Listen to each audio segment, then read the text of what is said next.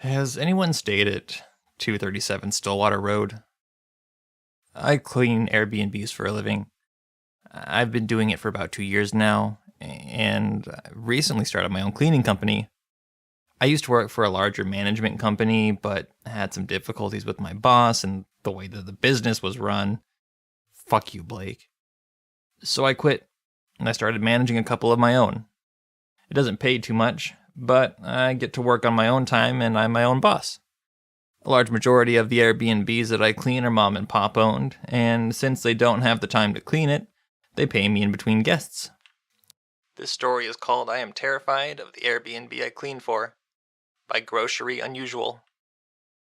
The properties are, most of the time, left relatively clean, but every once in a while we get shitty clients that'll just trash the place for a party or who knows what else. The worst I've had to do is scrub dried puke or throw away the occasional used condom, but it's worth it for the perks that come along with the job. I do most of my business through Craigslist, advertising my cleaning services to anyone in the area who may need help with their place.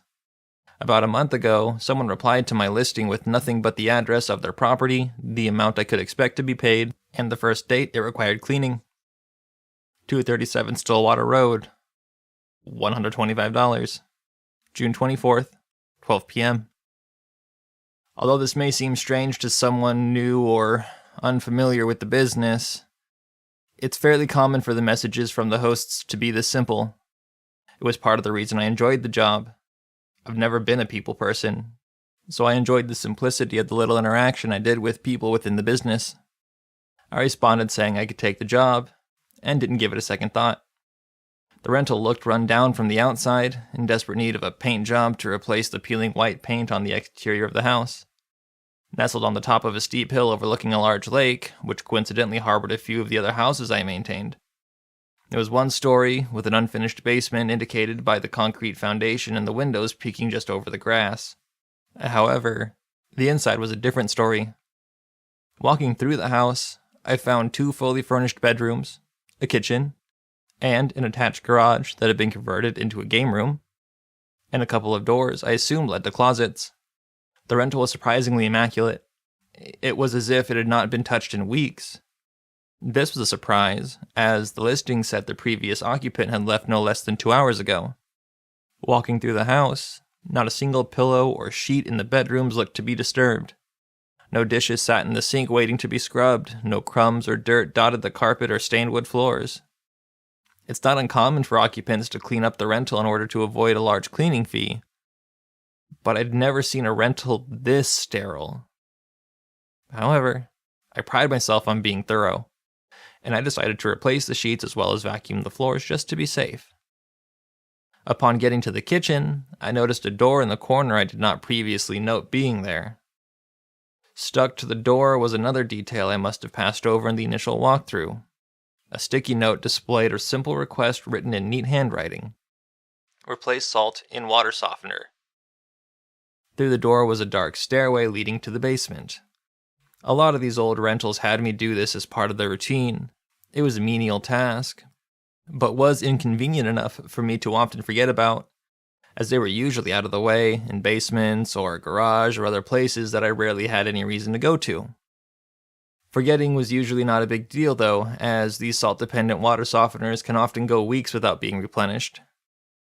Since it was the first time I had cleaned this rental, and the owner had explicitly asked for it, I decided to not take the chance that it could wait. About halfway down the stairs, I realized that the light from the open kitchen door was failing. I turned around to realize the door was shutting. I raced up to the top of the steps. My initial panic was met with the realization that the door was simply on old hinges and naturally closed on its own. I shivered as I understood that this meant I would not only have to walk down in the dark, but also walk up the stairs in the dark. While I'd never been afraid of the dark or basements or things of that nature, there was something about being in an unfamiliar house, one which countless people have stayed at, and whose owner I had only briefly communicated with. This made me more uncomfortable than I can ever recall being. However, it was something that I needed to get done. Making it down to the hanging chain attached to the bulb was no big deal. A hurried walk down the stairs could easily make it to the chain before the door fully closed. I bet that even a relaxed walk could allow me to pull it in time, but that was not something I had the nerve to test. The area of the rental is the typical Midwestern unfinished basement. Concrete floors and exposed wood beams. It reminded me of my childhood home. The first thing you'll likely notice is the pungent mildew smell, which is considerably stronger than an average basement. A single light illuminates the entire space, but it has to be pulled by a chain attached to the bulb, which requires one to walk into the basement with no light outside of the light from the kitchen door at the top of the stairs. A negligible amount of light is filtered through the grimy windows, mostly covered in cardboard, likely in a vain attempt to keep the heat in during the harsh winters. There was old junk lining most of the walls in the basement, and was on shelves or in boxes. The water softener was located near one of the four corners, in between the water heater and the washer and dryer. The salt in the water softener was completely empty. Usually, it takes about a month for a full 4-person family to go through the salt if it's fully filled. Either the salt hadn't been replaced in about a month if it was fully filled to begin with, or this rental somehow uses an almost impossible amount of water. Puzzled, but eager to get out of the basement, I poured one of the salt bags stacked against the side of the water softener into the maw of the machine. I contemplated leaving the basement light on and calling it a day, but it was my first time cleaning this rental, and I wanted to leave it as if I had not been there. Additionally, there was the possibility that the occupants would not find the light and turn it off, and the thought of having to replace a burnt-out bulb in complete darkness made my skin crawl. So I took a deep breath, and I tugged the chain down, plunging myself into complete darkness. Now, I still have the scar from running up the stairs. I told myself I wouldn't sprint, but as soon as I pulled it off, a fear I haven't felt since childhood swept over me. My mind conjured forms in the darkness behind me, scraping the air inches away from my pant leg as I ran up the stairs, their shape changing every new step. About 2/3 of the way up the stairs, my foot caught on one of the steps, and my knee connected with the stairs. A sharp pain radiated out from my kneecap. I scrambled to get myself up, wincing at the sharp pain, and I scrambled up the remaining steps. I half expected the door to be locked when I made it to the small landing at the crest of the stairs, and I let out a relieved sigh when I felt the door give. The shapes in my mind evaporated at the presence of the dying summer light pouring through the kitchen windows. I felt my face blush with embarrassment for the last 10 seconds, but another part of me insisted that my fear was justified. Trying to shake the feeling off, I did my final walkthrough of the house. By now, the adrenaline had worn off and my leg throbbed with the memory of my tumble. After I was sure everything was up to my standards, I locked the front door and limped out to my car and drove off. I've been cleaning this rental for just over a month now, and every time it's the same. The house is immaculate when I arrive, and there's a new note on the door to the basement, written in the same handwriting, but written on a different sticky note or with slight variations in the print. The water softener is always empty, and I always have to dump salt into the fill line. For each bag of salt I go through, a new bag replaces the one that I have just used up for the next time I show up. I have now given up on cleaning the rest of the rental, and I now only go to replace the salt. A single thing is different, though. I am more terrified of the basement each time I go. The shapes are closer. Sometimes I think I feel them brush my shirt or my pant leg when I run up the stairs in the dark. And maybe I do.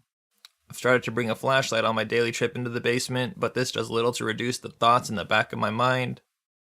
I bring it regardless, as it's better than nothing, but the notion of something else being in the room with me has started to follow me throughout the house. At first, I felt it only when I was in the basement, and then I felt it in the kitchen. Now, I feel it in the entire house. I've cleaned it every day since the first day, and every night, the owner will contact me with the address of the rental, the amount I can expect to be paid, tomorrow's date, and the time they expect me to clean it. I have never seen anyone staying there, nor any evidence of inhabitants within the house, but the house is always clean. I've never dusted, but no dust accumulates on the untouched furniture or shelves. I'm sure the odds are astronomically low, or if anyone will even see this, but I feel like I need to try. If so, please reply or DM me. Has anyone stayed at 237 Stillwater Road?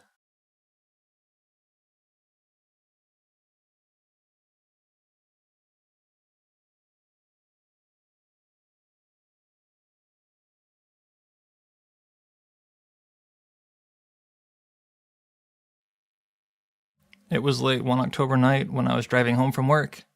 I was about to pull into my driveway when my neighbor flagged me down.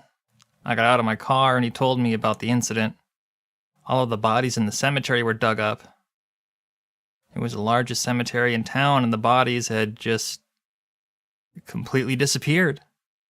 No, there had been about 300 bodies in that cemetery, and I thought my neighbor was insane when he told me. But I could tell it was true, just by the fear and confusion in his eyes. The bodies in my local cemetery were dug up. I just found out the horrifying truth by returning author Scary Man 1985. That night, I went to the cemetery to see what happened for myself. When I arrived, there were police swarming the area, and I was told to go home by one of the officers. Now, I had relatives in that cemetery. One of them was my deceased wife, who had died last year in a freak accident. My half-brother was also buried there, along with my aunts and uncles, even my grandparents. I had so many questions. How would someone be able to move all 300 bodies without someone noticing? How could they possibly dig up every single body? And who would be sick enough to do so? I assumed it must have been a group effort. I went home that night and went to bed. My mind was all over the place. I was unable to rest. When I finally shut my eyes, there was a loud banging on my door, and it was 6 a.m. I opened the door to see 2 officers who were going around asking everyone in town if they'd seen or heard anything that night. They entered my house and began to ask questions, where I was during the incident, did I see anything suspicious while driving home, etc. About 5 minutes later they left, and they planned on searching on the other side of town. The cops were all over town. The county decided to prevent the case from entering the local news channel. From what I heard, they wanted to keep the case manageable, and didn't want dozens of news reporters swarming the town. It's been about a week later, and I hadn't been able to sleep straight. The cops still hadn't been able to find any trace. That day, I was driving to my father's house. Now, my dad lived on the secluded side of town, and everywhere you looked, it was all forest. It's a 40-minute drive to his house and all forest the entire way there. My dad lived alone with a few other small homesteads around him. When I arrived at my dad's house, he wasn't home. I had no idea where he could have been, and he hardly ever left his house. It was on my drive back that I smelt something. I smelt something so horrid that I pulled over to the side of the road to vomit. The air smelled like there were 1,000 corpses surrounding me. I should have reported it to the police. I don't know why I didn't. I should have never investigated the smell by myself. It was getting late, maybe around 4 p.m. I decided to walk into the forest. I covered my nose with my shirt, but even then the smell still found a way into my nostrils. As I kept walking deeper into the dense forest, I saw an increasing amount of owls. There were owls everywhere. It felt like every tree branch had an owl perched on it. And then I saw in the distance an abandoned house. The house was black and covered with ash. It looked to have been burned down about a few decades ago, and it was covered in vines and brush. But the most unsettling feature was the amount of owls. All you could see here were owls all around you. Thousands were calling all around me, and I could barely hear myself think. I briefly studied about birds in the past, and these owl calls clearly sounded distressed. It felt like they were warning me, trying to keep me away from the house. And that smell was 100% coming from that house. It was so bad that I felt like I was going to pass out. The doorway was just a gaping hole, and my eyes began to water from the horrid smell. The walls and the floors were entirely burnt and rotten. My ears began ringing from the owl noises. I followed the smell to the point where I puked even more all over myself this time. In the corner of one of the rooms, I saw a doorway, and the stairs led down. I began to walk down them, and about halfway down the stairs, I could see severed human limbs. It was when I was on the final step, when I could see the whole room. Piles of corpses. And there was a figure in the middle of the mess. In a fetal position, it was rocking back and forth, humming to itself. It was skinny, so skinny that the spine was exposed. I literally mean the bone was sticking out of the thing. I turned around and made a run for it, my footsteps pounding on the stairs. I was about halfway to the top when I heard the thing sprinting up the stairs behind me. By the time I made it to the top of the stairs, the thing was inches from behind me. I was about to make it out the front door when my foot fell through one of the floorboards. I then felt the talons claw into my stomach and drag me back down the basement stairs. I opened my eyes and I saw it. It looked just like an owl. The head, the eyes, the way it moved its neck. It slashed my throat with its talons and then threw me into the pile of corpses. I don't know how I'm still alive. I've lost a lot of blood.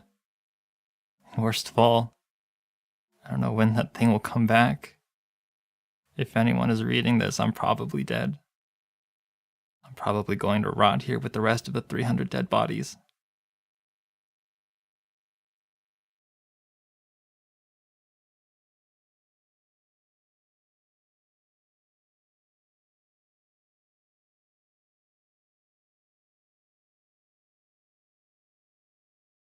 There is a leak in my apartment ceiling, and I think it's hiding a portal to hell. By Bad Andy the Red. I hear the dripping again. The constant drip, drip, drip of water. I blink my eyes open and try to focus to make sure I'm not in another nightmare. It sounds like another leak. This one might be the last. The last time I'll hear it before the horrible conclusion to this ordeal. The last time I hear that telltale noise, before the true nature of that loathsome portal is revealed and whatever hideous dimension hiding on the other side breaks through completely. The sound is growing louder. Each drop has an exaggerated tone. It sounds like small explosions all trying to collapse the ceiling and engulf me in the dark abyss that I have already once been forced to endure. I just can't believe this could really be happening. I just can't. It swallowed people up. The portal behind that damn leak. I don't know what to do. Just a short while ago, my only problem would have been the water damage to my belongings. Indeed, such a mundane problem as a leak in the ceiling would just be a minor issue. Nothing to fear except the repair bill. Yet I'm afraid it is a bit beyond that now. I shouldn't have waited this long. I should have just left. Yet, where could I have gone? Maybe I should have paid more attention to who I was talking to and what they were saying. All too late now, I suppose. I have been living in this apartment for close to 6 months. I had moved into this dingy complex, to a small studio apartment after I lost my job and had to find a part-time position at significantly less pay. I tried to stay optimistic, but even before the terrible reality of what I was stepping into was clear, I was still on hard times. I could barely afford this decrepit room as it was, and I had no family or friends to speak of that I might be able to move in with, so my options were essentially non-existent. Considering the dire situation, I found the cheapest accommodation I could, and what I found was my home and hell for the last 6 months. Number 316 at the Greenfield Heights Apartments complex. The amenities included paper-thin walls to hear all the drug deals gone wrong, domestic violence, and constant sirens of emergency vehicles blaring from all sorts of incidents. Topped off with a nice turnaround service of package and mail theft to boot. All these problems, though, they feel small compared to the true horror of what this place had in store for me. No, it wasn't exactly a paradise, but I had to find the cheapest place I could work. I was barely making a fraction of what I was before my old job, and I needed somewhere to get back on my feet. I told myself it was temporary, and once I could get a better job, I would get out of here. When I first arrived to look at the place, I had arranged a simple walkthrough with the landlord, Mr. Jacobs, a very unpleasant fellow who always looked perpetually angry and was constantly shouting in the halls and at the few miserable-looking staff who worked here. We walked up 2 flights of stairs, passing a wall of profanity-laden graffiti, tagged along almost the whole length of it, leading up to where my future home was to be. Mr. Jacobs opened the door, and the rattling handle nearly fell off in the effort. We stepped inside, and the dank room stank like a tomb. The tiny apartment was depressing, and when he went to turn on the main light, nothing happened. He scoffed and muttered a string of colorful language, and then grumbled. Someone will bring you a new light bulb. I told Rodney to check earlier, that lazy piece of shit. I didn't want to press the matter since he looked pissed off.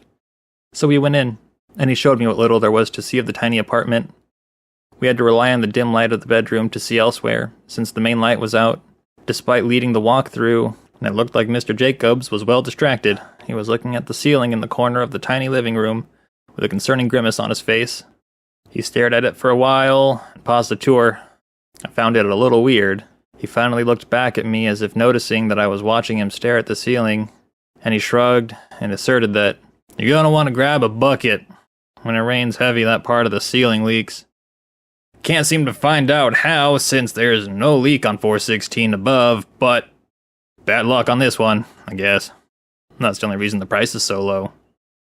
He shot me a grin that could only be described as enthusiastically malicious. After the brief walkthrough, Mr. Jacobs turned around and asked very bluntly, You're not a troublemaker, are you? His eyes narrowed and he looked very threatening suddenly. I assured him of my earnest intent and need for a place to stay, and he softened briefly. At least I think he did. It was hard to tell with him. He regarded me one more time and said, Good. We don't need more troublemakers. Too many questions. Always snooping around. If you have any questions, try to figure it out yourself. This isn't the Ritz. We don't take care of everything for you. You're gonna have to make do as is. Something really bad like a fire, then you can call. But for minor shit, best to just figure it out yourself. Rent's due on the 1st, by the way. No exceptions, no grace periods. Anyone who bums out on their debt gets their ass kicked the next day. Fuck tenant laws. He shot me another wicked smile and returned downstairs, leaving me with the keys and just assuming I had agreed to move in. I was dumbfounded by the combination of his upfront hateful attitude and the subtext of certain things he had mentioned. What in his mind was a troublemaker? And what happened to those who asked too many questions? I couldn't believe I was going to have to live here, in a better position. I would have left immediately. But it was either here or homeless. All the other places I had looked were too expensive. So I left and began packing my things. The whole situation was awful, but I had no choice. I moved in the next weekend. Moving day was as bleak as my mood. It had been raining on and off again all day, and seemed to start heavily just in time to when I was moving my boxes, almost as if to spite me. I started taking my stuff upstairs to my new room. As I was taking the first boxes up the stairs, I thought I heard a gunshot. I rushed on in nervous tension, and as I was approaching my door, I heard a voice call out in a tone that was actually friendly. "Excuse me, it looks like you dropped something." I was surprised to see a woman standing in the hall with a friendly look of concern. As I looked down to see, I had indeed dropped something from the broken box I was trying to carry upstairs.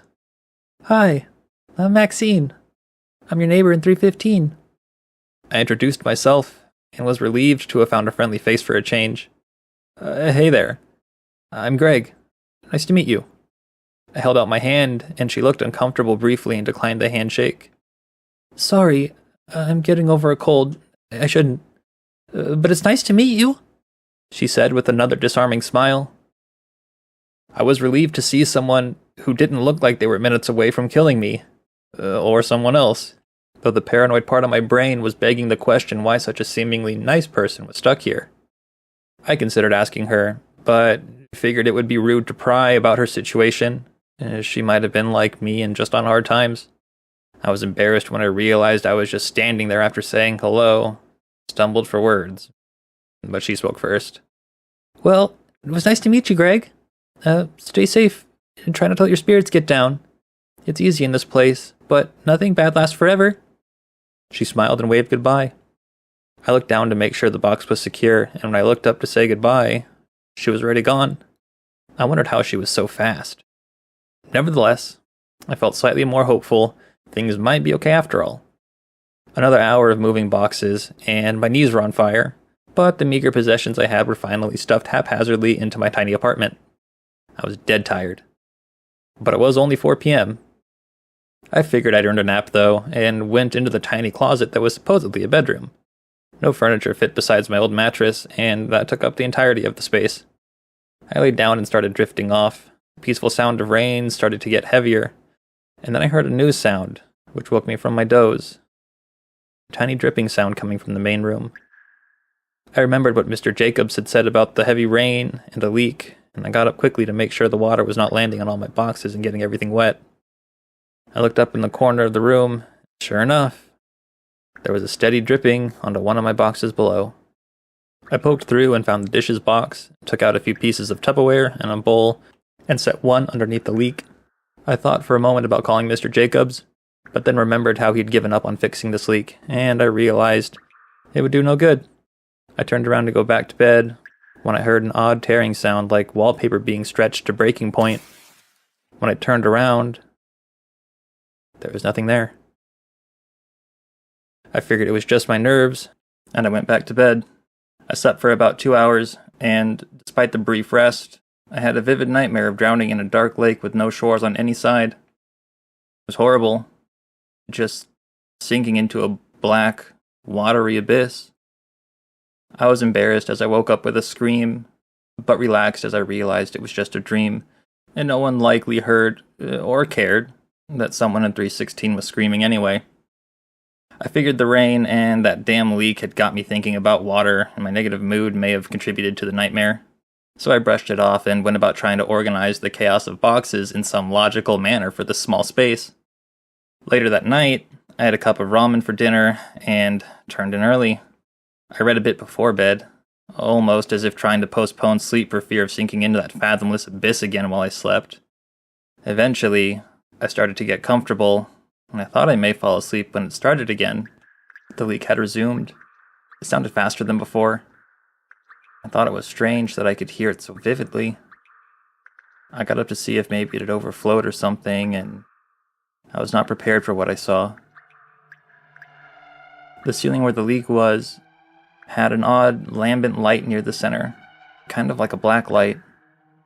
It seemed to be pulsing in time with the drops of water, and there was an odd type of density in the air too, like it was too heavy and thick. It was maddeningly humid as well, despite the cold atmosphere of the room and outside. I was confused and kind of scared by the bizarre display. I just kept thinking to myself, it's only temporary. As soon as I can leave, I will. I can make it through anything short term. I took a step farther into the living room and noticed a wet spot on the floor. There's no way it could be all the way over here. The bowl on the floor wasn't even full yet. I suspected a leak might be over this spot now, so I looked up, screamed out loud. There was what looked like a face pressing through the ceiling with drops of water seeping from the thing's mouth. I turned to run and tripped on that wet floor and toppled over, bashing my head into the wall and almost losing consciousness. I was trying to stagger to my feet after getting knocked senseless, and the memory of the face reminded me of my peril. I got to my feet and looked up in tense expectation. There was nothing there. Nothing. No leak. Face. Glowing shifting portal. The only evidence of anything was a small wet spot on the ceiling about 9 inches across. At that point, I thought for sure that depression over my situation was causing me to go crazy and see things. I desperately wished I could be somewhere else just then, but it was late at night, and I needed sleep. Couldn't afford the hotel, obviously, so I left my room and went outside to the parking lot to sleep in my car. Another week went by with poor work hours, barely any food, and bad sleep. Though the only bright side was surprisingly good weather. Days went by and no odd events took place in my apartment. It was a struggle, but at least with a little sunshine, there was no leak to conjure up such terrible nightmares like what I had experienced before. I ran into Maxine again on the way to the laundry room and couldn't help but ask if she knew of anything having happened in my room before I moved in. Like anyone having seen anything weird or the like. She shifted uncomfortably and looked down, pausing as if not wanting to answer. I'm sorry. I don't know much. I had not been here for very long when that person in 316 left. I say left, but I heard there was an accident of some sort. There was a lot of commotion. and I heard some strange rantings from the man before it happened." She took a deep breath to steady herself after the stress of recounting the story, and then looked away. "I was away at work when it actually happened. Apparently he'd been found dead in the apartment. Some say he killed himself. Drowning. From what I heard, he was a bad man. There are a lot of bad men that live here. Things that have happened that never got reported, and the people that got hurt or worse, well..." She looked away sorrowfully for a moment, and then resumed. "Well, you wouldn't want to know. A coward like that would try and kill himself, but I think something akin to justice may have caught up to him. Something that this place might need more of. When you live with the stain of hate and violence, it leaves something behind. And perhaps sometimes the world finds a way to wash it away and right the wrongs. Anyway, I don't like to think about it. I have to run. I have to go get ready for work. Sorry I couldn't help more. I hope you stay safe. Stay dry. You wouldn't want to get swept up too." She turned the corner, and I saw the fallen cardigan. I bent down to pick it up, and it felt wet, like it had been washed already. Not too weird, if she just did laundry, but her footprints were soaking wet as well. I grabbed the garment and rushed around the corner shouting out, "Hey, Maxine, you dropped this!" But she was gone. The wet footprints randomly stopped as well. How did she stop leaving them if her feet were wet? A few more months passed with no leaks and only a few nightmares. My luck turned sour again for different reasons, though. I suffered a severe back injury at work. Since it occurred while working, I got some workers' comp so I wouldn't lose all my income. I did have to take time off work, so I was forced to stay in my apartment all day and night, recuperating. To make matters worse, it was getting into the season for spring showers, and the forecast was heavy rain for the next week. I was not quite bedridden, but walking and bending over was very uncomfortable. I considered taking a drive somewhere, anywhere but here, but I couldn't manage the stairs again today, and I knew I at least needed to actually rest for 1 or 2 of my days off. So I was stuck in the apartment, watching the clouds gather and the skies darken. I placed several dishes onto the leak spot in anticipation, and I swigged some energy drinks and coffee. I would rest, but I disliked the idea of sleeping any more than I had to, since I still feared those disturbing dreams in the water. I tried to distract myself by watching some old DVDs, since I had no streaming services to watch. As I started to relax around the late afternoon, I was shocked back into a frenzied paranoia when the storm kicked up in intensity and knocked the power out. I tried not to panic, and I knew I had some candles or a flashlight or two somewhere. I would have to get up, though, so I figured I would stay in the bedroom. I used my phone flashlight to find the candle and matches and hurried back to the bedroom just as the leak restarted. And the drip, drip, drip was heard filling the bowls left out. I felt silly fleeing the leak like it was dangerous. I didn't know why that dream had affected me so much, but it felt wrong. I sat in the dark and waited for the power to return, but it did not. I fought sleep, but even in my paranoid state I started to drift off. I was content that the door was closed at least, and it slightly muffled the sound of that constant dripping. I woke to the sound of running water. The drip was replaced by a torrent that almost sounded like a waterfall. I was too afraid to move, but I had to see if my room was being flooded. I got up painfully and stepped down into ankle-high water. God, this is bad. I thought immediately as I moved to the door to see what had happened. I heard a singular splashing noise, almost like someone stepping through the water. My heart froze as I stopped just short of opening the door and focused on the sound. I heard the splashing again. It was definitely footsteps. I didn't know what to do, so I tried to think of who might break in. A robber? Maybe it was about the flooding. Maybe it was Mr. Jacobs after all? I grabbed the candlestick and lit the candle. If I needed to, I might be able to use it as an improvised weapon. If it could be a murder weapon and clue, then why not? I cautiously opened the door, and there was a backwash of even more water on the other side. It almost knocked me off my feet. I stumbled through the door, struggling against the cold water. I knew it wasn't possible, but it felt like there was a current running through it, like I was standing in the mouth of a river. I finally stepped past the door and into the living room, and almost dropped the candle into the oddly surging waters. The sight before me was both amazing and terrifying. The water was moving. It was flowing into a whirlpool that was at the center of the room, but as it neared the center, it inverted and seemed to be spiraling out from the ceiling rather than the pooled water on the floor in a sight that blatantly disregarded all laws of gravity. The spectacle was so amazing that I almost forgot the footsteps I had heard until they resumed. My gawking was broken, and I saw large bursts of water splashing towards me. I heard the ear-splitting cry like the wail of a banshee from the ceiling where the leak was coming from, and the current epicenter of the vortex started to glow, and after a moment it turned a deep red, and a new horror occurred. The face I had seen in what I had hoped was a nightmare before was back. The ceiling seemed to shimmer now, almost translucent. I saw the horrible features of a hideous form. White, pupilless eyes stared down at me, and a gaping, screaming maw began filling with water tinged with... red? That wasn't water. Blood. And the vortex began spewing blood all across the room, and as I turned to flee in horror, I was wrenched off my feet by the invisible force in the water and dragged backwards, screaming into the heart of the vortex. My last conscious sight that night was being pulled up into my ceiling and into the bleeding maw of that avatar of bloody nightmare. I woke up in the black abyss. The water was still mixed with blood, but there were no creatures. I was somehow buoyant, floated along the shoreless sanguine ocean. I drifted along, unable to sink or fully rise up. After what felt like an hour of drifting, I heard splashing, and all of a sudden, the sound got louder and louder. I looked around and saw the source of the noise.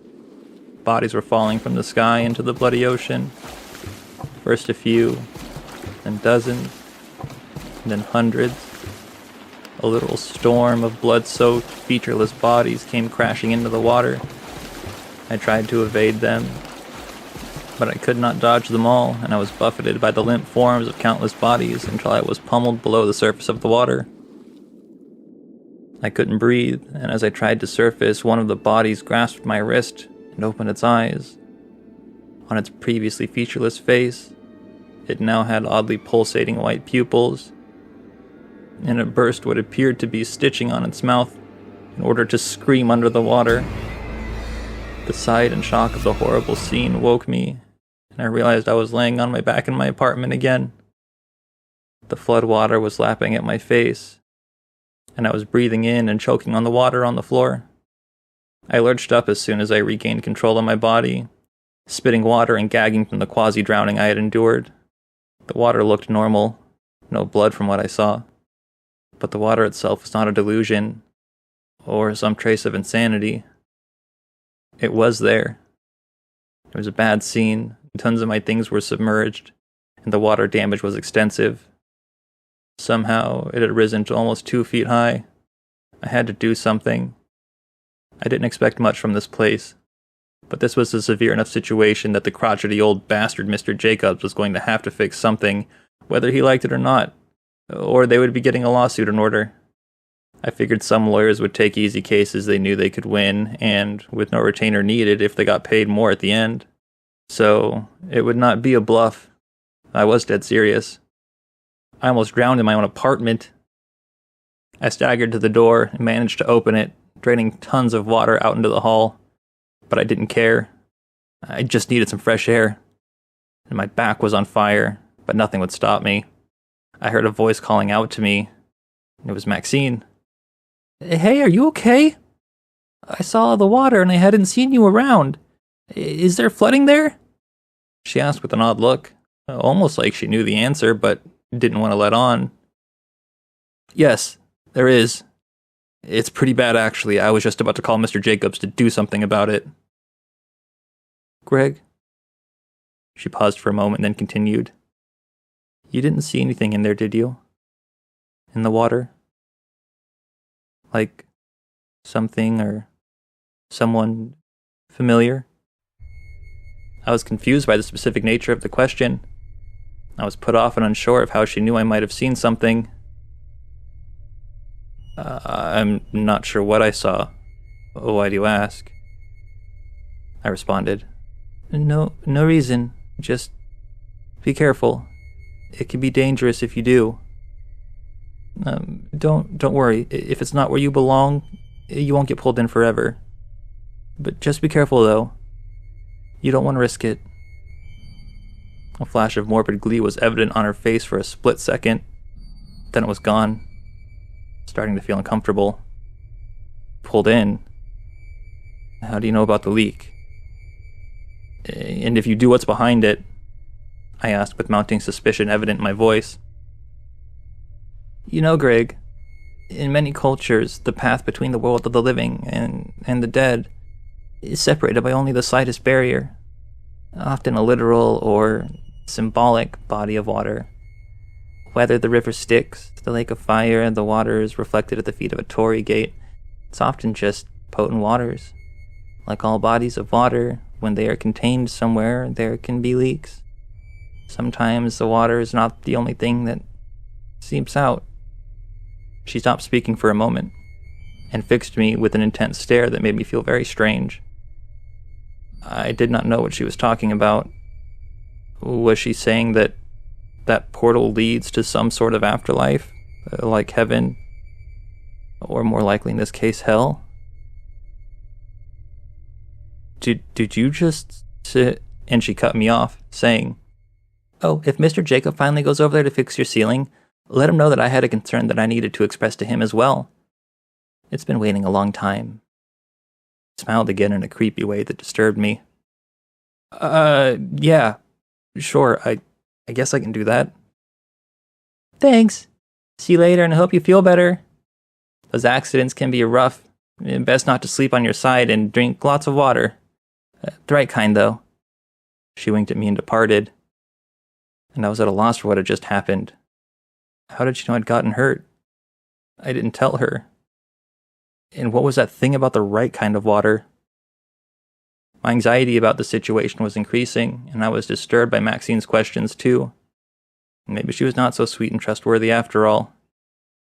After far too long being ignored and dealing with the first sodden and now moldering clothes boxes and other personal effects, Mr. Jacob finally scheduled the time to drain out the last remnants of water and do something more concrete about fixing the leak. I was waiting patiently for his arrival, and there was a loud banging on the door. I greeted Mr. Jacobs, and he grunted at me, and without looking at me, walked past and looked up at the hole in the ceiling. He had an odd air of what almost looked like fear or concern on his face. And after he walked in, another larger person in coveralls holding a toolbox did as well. There was a large tarp or something that seemed odd to bring to this sort of job. It almost looked like a big sort of bag. And they were both looking at the hole in the ceiling, and Mr. Jacobs turned on a dime and stared me down. Just been water leaking down. Nothing else, right? I thought the question was odd, and I hesitated to answer since I was thinking of those vivid nightmares. I think he may have noticed because his face sank, and he glowered at me, looking significantly angrier and more dangerous than before. Before I could answer, he shouted at me, "What did you see? Did something come out of that hole? Was it a person?" He looked manic and deranged. I looked at the other man in coveralls. He stood silent, holding a sledgehammer, watching the confrontation unfold. I don't know, man. I just saw the leak. What's going on? What do you think I saw? My neighbor asked me the same thing earlier. Mr. Jacobs' eyes narrowed. What neighbor? I haven't had attendance in 315 or 317 in over a year. I was confused. Maybe I'd heard Maxine's apartment number wrong. But how could she be my neighbor if she was not in one of those? This must be some kind of mix-up, I figured. My neighbor, Maxine, said she lives in 315? I just saw her the other day. She asked if I had seen something else as well. You said her name was Maxine? She said that? You saw her? He was screaming at me, asking more questions about Maxine. What does she have to do with this? I don't know what the hell's going on, I admitted. Ignoring the question, Mr. Jacobs began pacing and holding his hand on his head. The man in coveralls spoke for the first time. Jack, you have to go. Let's find the body while the leak and the portal are still here, and dispose of the loose end. I grasped at the admission of both a body and that I was apparently the loose end to some sort of crime. Fucking no, alright? Make it quick. We're going to have to do 2, so let's go before more people start coming home and we risk someone hearing. I fell back against the wall in shock as a large man hefted the sledgehammer and started stomping towards me. I was unarmed and injured. I didn't know what I could do, but suddenly the lights went out again. The door slammed shut and the 3 of us stood there in stunned silence. Slow drip began to trickle from the ceiling, each drop splashing off of the low standing pool of water. The large man went to the door and tried to open it, to no avail. "Jack, what's going on?" the man shouted at Mr. Jacobs. "I don't know, just use the hammer. Kill him and then bust us out of here. Or just give it to me, I'll fucking do it." "Kill me?" I had to think of something quick, so I stammered out, Wait. I don't know what's going on. You guys, you don't want to kill me. I really don't know anything. Let's just get out of here before the water gets much worse. I think something bad's going to happen." As if on cue, the dripping stopped, and a torrent of water was disgorged from the hole in the ceiling, which now held a horribly familiar glow that was pouring a blood-red liquid into the apartment. And there was a giggle, followed by a blood-curdling screech, and the man in coveralls with the hammer was wrenched up off his feet and dragged kicking and screaming into the water. Mr. Jacobs and I both watched as his entire head was forced underwater by some unseen force. The man was being drowned, and he kicked out, making a splash of water that landed next to him, revealing a brief outline of a female form. The eyes were white, and it had a horrible smile on its face. Its unnaturally long hand was wrapped fully around the man's throat, and it was effortlessly throttling him. Mr. Jacobs saw something, or someone he recognized in that violent mist, started sobbing and begging for mercy. "I didn't mean to, please. It was an accident. I would have been locked up. I couldn't lose everything. I had to." I sat in stark terror as the falling water from the ceiling became a storm. The millions of droplets highlighted the attacker. Her form was terrible, yet oddly mesmerizing. She strolled along towards Mr. Jacobs, who was grasping at the door handle and tugging uselessly at it. She reached for the hammer when he was pulled towards the figure by a moving tendril of bloody water. "Just a little bath, Jack. That's all. It won't hurt much." He tried to scream, but his head was submerged in the bloody water. I saw the sentient waves of ruinous liquid grasp each of his appendages and tear him limb from limb in a bloody explosion. I screamed and stumbled away, wading through the water into the bedroom, and desperately pulled at the window to escape that way. I heard splashing footsteps and a soft, pretty tune being sung in an ethereal voice. Then I heard the giant crash, and I saw a portion of the wall collapse, along with more of the ceiling, and the sight before my eyes almost drove me insane.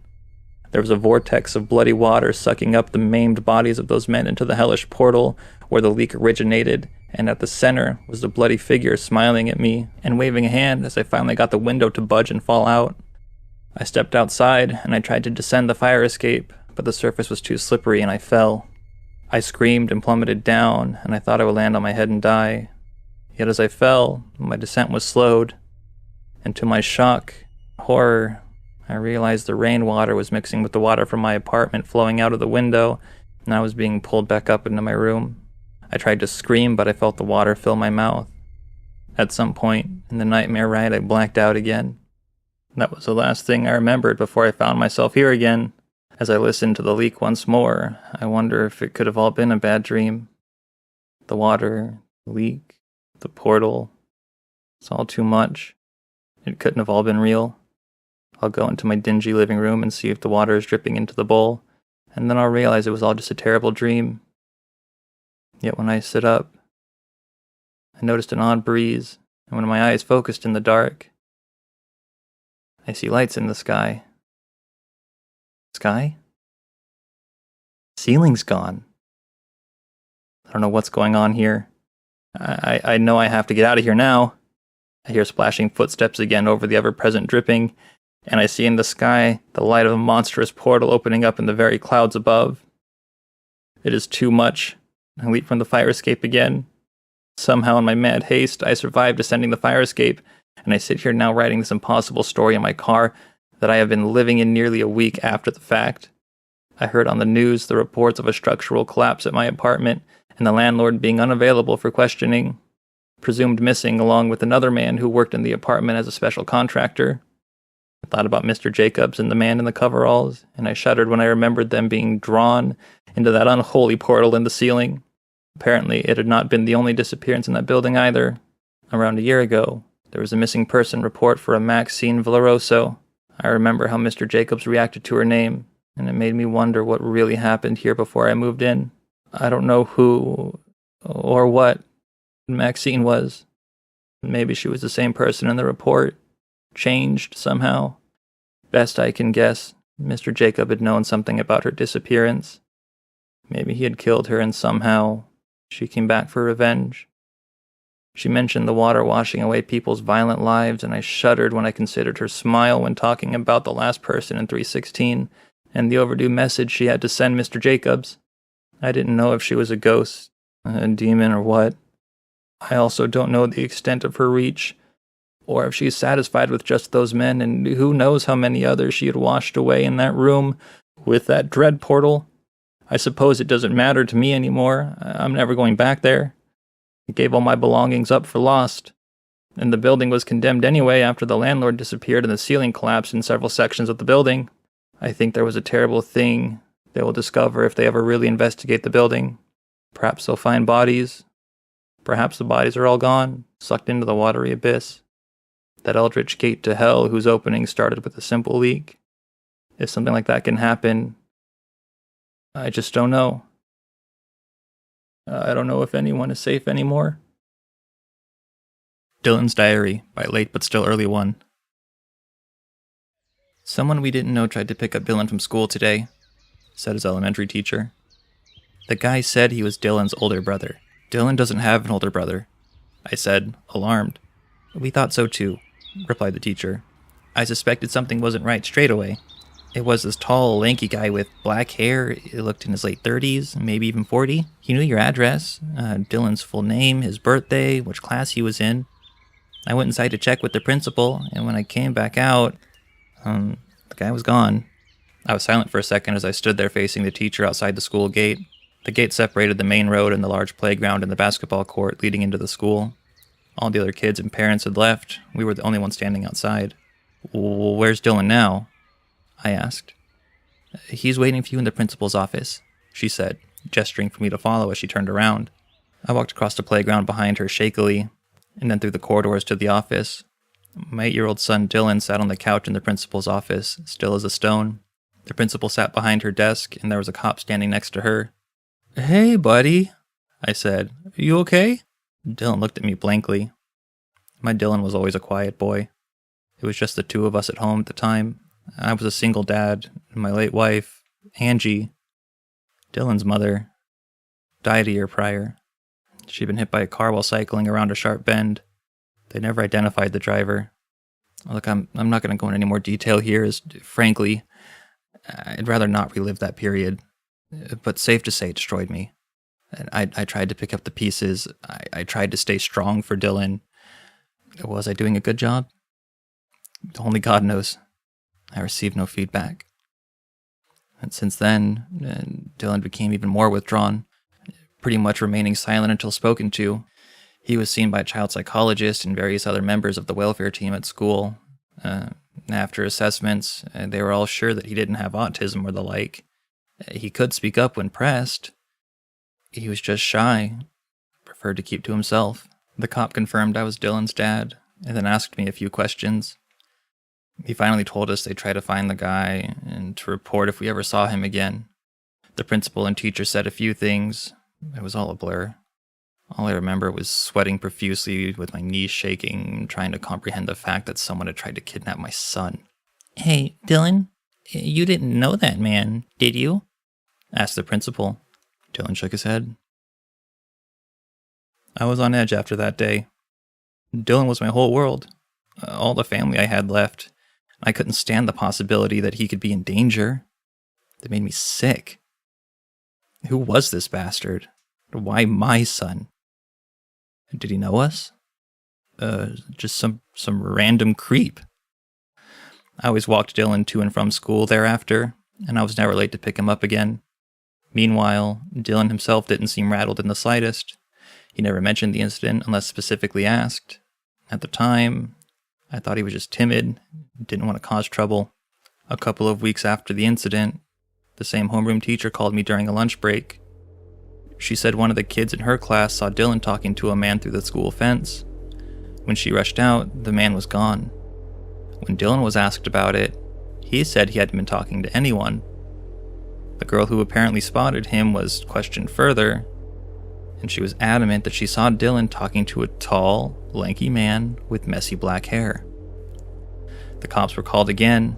They did a quick search of the perimeter of the school, but they found no one suspicious. That afternoon, I sat Dylan down at the kitchen table. Look, Dylan, I won't get angry. I need you to tell me the truth, okay? I said, trying to steady my nerves. Did you, or didn't you, talk to a stranger today at school? Yes or no, Dylan? He shrugged. Getting an answer out of him was harder than drawing blood from a stone. How many times have I told you not to talk to strangers? It's for your own safety. You do understand that, don't you, son? He nodded, looking slightly afraid. I realized I had raised my voice, and I felt guilty immediately. Exasperated and running on 2 hours of sleep, I left him at the dining table, and I went straight to bed. That night, I woke up at 2 a.m. and went for a bathroom trip. I decided to check on Dylan while I was at it, but he wasn't in his room. I called out his name and looked around the living room and the kitchen, getting more frantic as the seconds ticked by. I checked wardrobes, corners, even in cupboards, which made no sense to look in, as he'd never fit in them. But I was desperate, thinking he'd been kidnapped. I went out into the street yelling his name, and I ran up and down it like a maniac, but to no avail. As I came back into the house ready to call the police, I looked in Dylan's room for one last check. And he was sitting up on his bed, wide awake and staring back at me. "Where were you?" I asked, relieved but still alarmed. I was here," he replied. No, Dylan, you weren't. I was looking everywhere for you. You weren't in here." I was." Had I imagined all of that? I shook my head, feeling the migraine coming on. Just stay in your room. Okay, just don't scare me." I thought my eyes had deceived me somehow, and that the paranoia was getting to me. Perhaps I should have paid attention to the fact that the window was wide open. About a year after those incidents, I heard a knock at my apartment door. I was inside doing some paperwork while Dylan was in his room playing Minecraft. I was on alert immediately. No one ever knocked on the door. We lived in a block of apartments, and friends or acquaintances would always wait outside the main door, ring the doorbell, and I would go greet them downstairs. And this meant it was likely an upstairs or downstairs neighbor who needed something. I had a few of their numbers from when we moved in for contact should the need ever arise, but we weren't close at all. I wondered what could be the problem. I walked up to the door and looked outside the peephole, and there was no one there. Odd, I thought. Perhaps I had heard something. Those random occurrences were commonplace now, and second-guessing myself was just in my nature at that point. As I walked back to my desk in the living room, I heard another knock. Something was up. I walked up to the door again. No one seen through the peephole. Was someone pranking us? I stood just behind the door and texted my upstairs neighbor, asking him if he knocked on the door. A few moments later, I heard footsteps upstairs that went in the direction of the door and then hurriedly back inside. I then received a text. About a minute later, it read, "Do not open the door. There is a guy with a huge knife hiding right next to your door." My phone buzzed again. Another text from my upstairs neighbor. It read, "Calling cops right now. Stay inside." I froze as all the hairs on the back of my neck stood up. I was paralyzed for a few seconds. When I came to my senses, I tiptoed into Dylan's room. "Stay inside.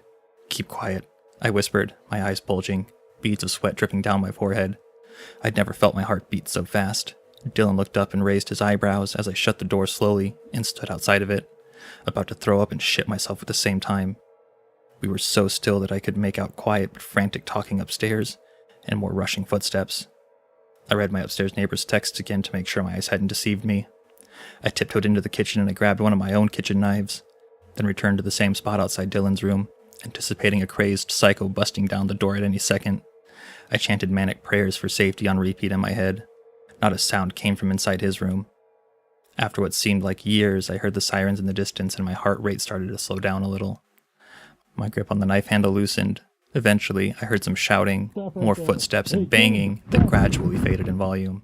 "It's the police," shouted a voice. I looked through the peephole to confirm that it was a cop. Then I opened the door, knife still in hand. They were very reassuring, and informed us that a tall, lanky man with black hair had just been apprehended and taken into police custody. He had knocked on my door and was waiting for someone inside to open it. He was indeed waiting with a freshly sharpened knife. What was he going to do with it to the first person who opened the door, which was going to be me? Well, if it isn't obvious, then your guess is as good as mine. This guy's name was Gregory. He seemed to bounce around from place to place with no permanent address, even traveling between states, doing petty crimes like theft, harassment, occasionally stalking minors. When they did a more thorough search, it turns out he'd been involved in at least one gruesome murder in a different state, and ended up being given a life sentence for it, along with his accomplices. I wouldn't have wished that terror upon anyone, but these unfortunate things happen. The side effects of the psychological damage I experienced that day have never left me. However, I know people who have been through similar horrors, but never lived to tell the tale, so I looked on the bright side and counted myself lucky. Where there are sick freaks, there will be victims. The sicko was in jail. I thought that was the end of it. But there was a different side to the story that I only uncovered 10 years after the incident. Dylan was due to leave for college, living away from home for the first time. He had grown into a tall kid with a surprising number of friends, still obedient, but relentlessly quiet. While packing his things and clearing out his room, I found a rugged-looking old notebook in the back of his bottom drawer. "Dylan's diary," said the cover. I flicked through it with no intention to pry initially, and I saw that he had written and drawn in it extensively, with impressively neat handwriting. He had always been a boy of few words, so I was intrigued. I began reading from the first page. Page 1. Cody's house, 11 a.m. He has to give me back my coat. There are a few stick figure drawings. Page 2. I need a book for English class next week. Ask if Amy has one. I turned the pages, and the first few were filled with the same mundane elementary school day-to-day affairs, mixed in with a few doodles. Then I got to page 21. Why does my dad talk so much? He won't even let me get an Xbox. He won't let me sleep over at Cody's house. Talking back is no use. I hate him. I felt a sting, and my heart sank. I remembered that day vividly, and the pang of guilt ran through me. I turned the page. Page 22. I saw Greg today. He says he can help me get rid of Dad. I said he was lying, but he said he's done it before. It was in the news. As my mind connected the dots, I flicked through the previous pages. This was the first mention of Greg I could find. I started to sweat but continued reading.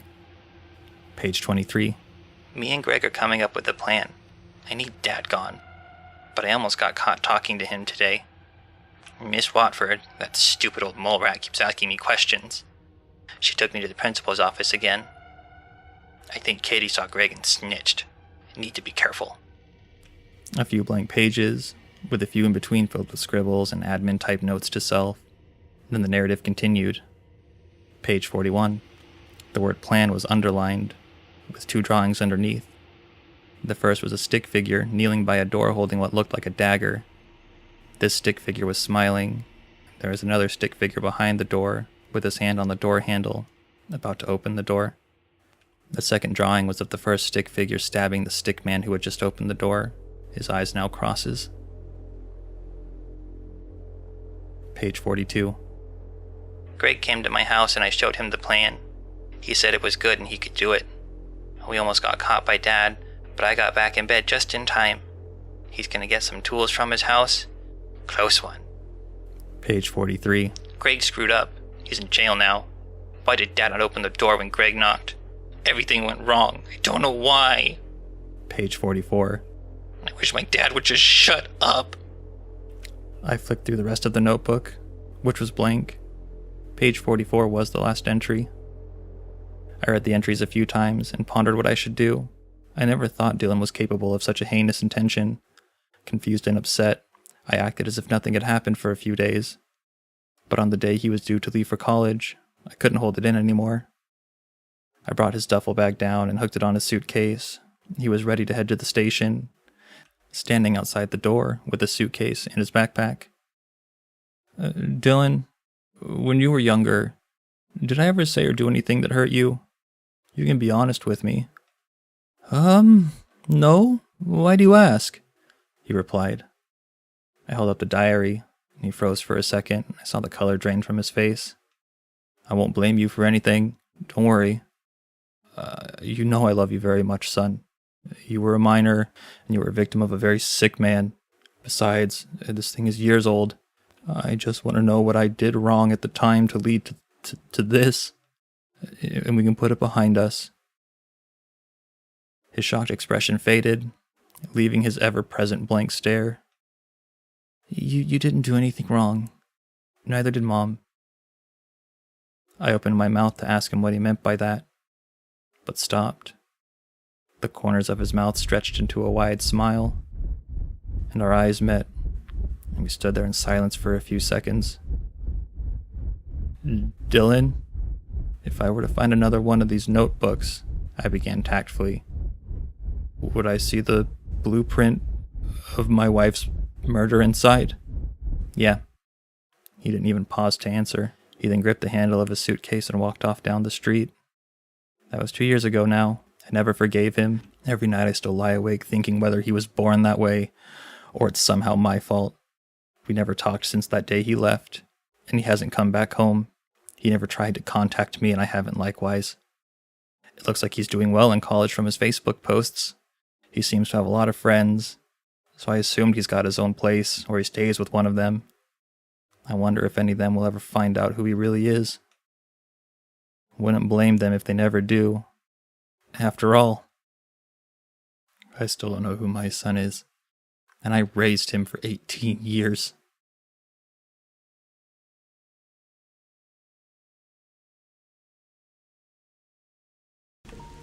I don't remember the exact moment it all started happening, but I remember the first time I noticed. I'm not a fan of the dark, and sure, laugh all you want at the 25-year-old man being afraid of the dark, but it is what it is. I'm pretty much always home before sundown. I work the morning or day shift happily since I'm always in bed by 11:30 tops. I don't usually wake up during the night, but lately I'd been getting up almost every night. Not a big deal, right? I'd just get a glass of water or something and fall back asleep. But then I heard it. I remember I didn't even think much of it too. Dogs. Just a bunch of dogs barking. It sounded like every dog in the neighborhood, to be honest. It had to have been over 30, and it sounded like they were coming from every yard. Then, just as suddenly, they all stopped. 1 minute to the next, every dog stopped their incessant barking and howling, and the entire neighborhood was silent again. I turned on the hall light and went to the living room to check on Pickles. Named him after Pickle Rick, and he was curled up on the sofa. I didn't hear any barking inside my house, which is weird, right? What dog doesn't just join in that kind of frenzy? I just went back to sleep and didn't think much of it. Not until the barking woke me up again, and again the next night, and again after that. I wasn't too angry about it, just confused. It became a bit of a red flag that next Saturday. I took Pickles with me on a jog after work around the neighborhood and ran into Brock, the guy who lives in the house behind me. Hey man, hey Pickles. He grinned down at my dog. He liked corgis and sometimes let Pickle into his yard to play with his too. What's up, Brock? I said, motioning that it was okay for him to give Pickles a little attention. Nothing much, thankfully. Almost done fixing up the room for the twins. Nice, nice. Hopefully your granddaughters don't get spooked with all the barking lately, I commented. What do you mean? You know, all the barking at night. Your dogs definitely aren't innocent, but it's no biggie, I joked. My dogs don't bark at night. They sleep in the room with me and Jane. We've never had a barking problem. His lips were in a firm line, obviously not appreciating my accusations or whatever. All right. I raised my hands in surrender. Maybe your boys are innocent, but they must be some of the only ones. The barking has woken me up for like a week already. Brock gave me a once-over, his eyes boring into me with that kind of intensity only veterans can manage. You know, that dead-eyed look where it feels like they're stripping you and checking for bombs. I haven't heard any barking, son. You take care, he muttered, continuing his walk and brushing past me. There's no way a dude with his history wouldn't be a light sleeper. So if he hadn't been woken up, how was I? I slept through a twister back when I lived down in Omaha. He could have been messing with me. He's a weird guy like that. But still, it left me unnerved. I didn't work the next day, so I decided to stay up late for a little WWE marathon. And I stayed on the sofa, Pickles nuzzled into my lap, and had a cold one in my hand. As the sun kept dipping closer and closer to the horizon, and I turned on the lamp on the end table. The warm yellow glow was good enough to keep the room from being too dark. I was taking turns scrolling on my phone and watching takedowns on my TV when the barking started again. God, it was even louder than it had been last night. I rolled my shoulders in discomfort. I peered down at my phone and noted the time. 2:37 a.m. By 2:38, the barking stopped. Pickles hadn't moved off my lap, much less howled along. How the fuck did you not hear that? I murmured, giving his head a little pat. He licked my hand. I set him down on the cushions beside me and went to turn on the room light. I pushed the blinds apart to sneak a look outside, maybe see some dogs running around. Nothing. The neighborhood was empty. Not a living soul in sight. It's weird. I went to sleep a little while later.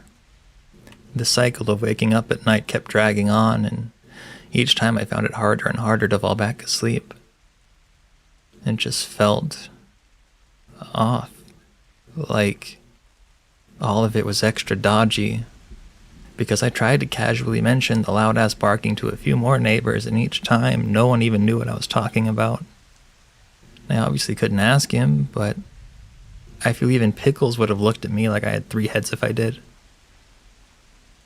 I started checking my phone every time that godforsaken barking woke me up.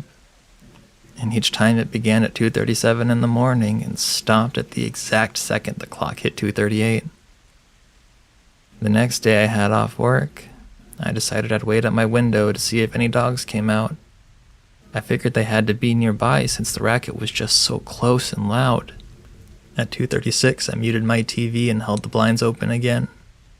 The minute hand chugged on, and like clockwork, the first dog began howling. With a sound that intense, you'd think it was sitting in my front yard, but no.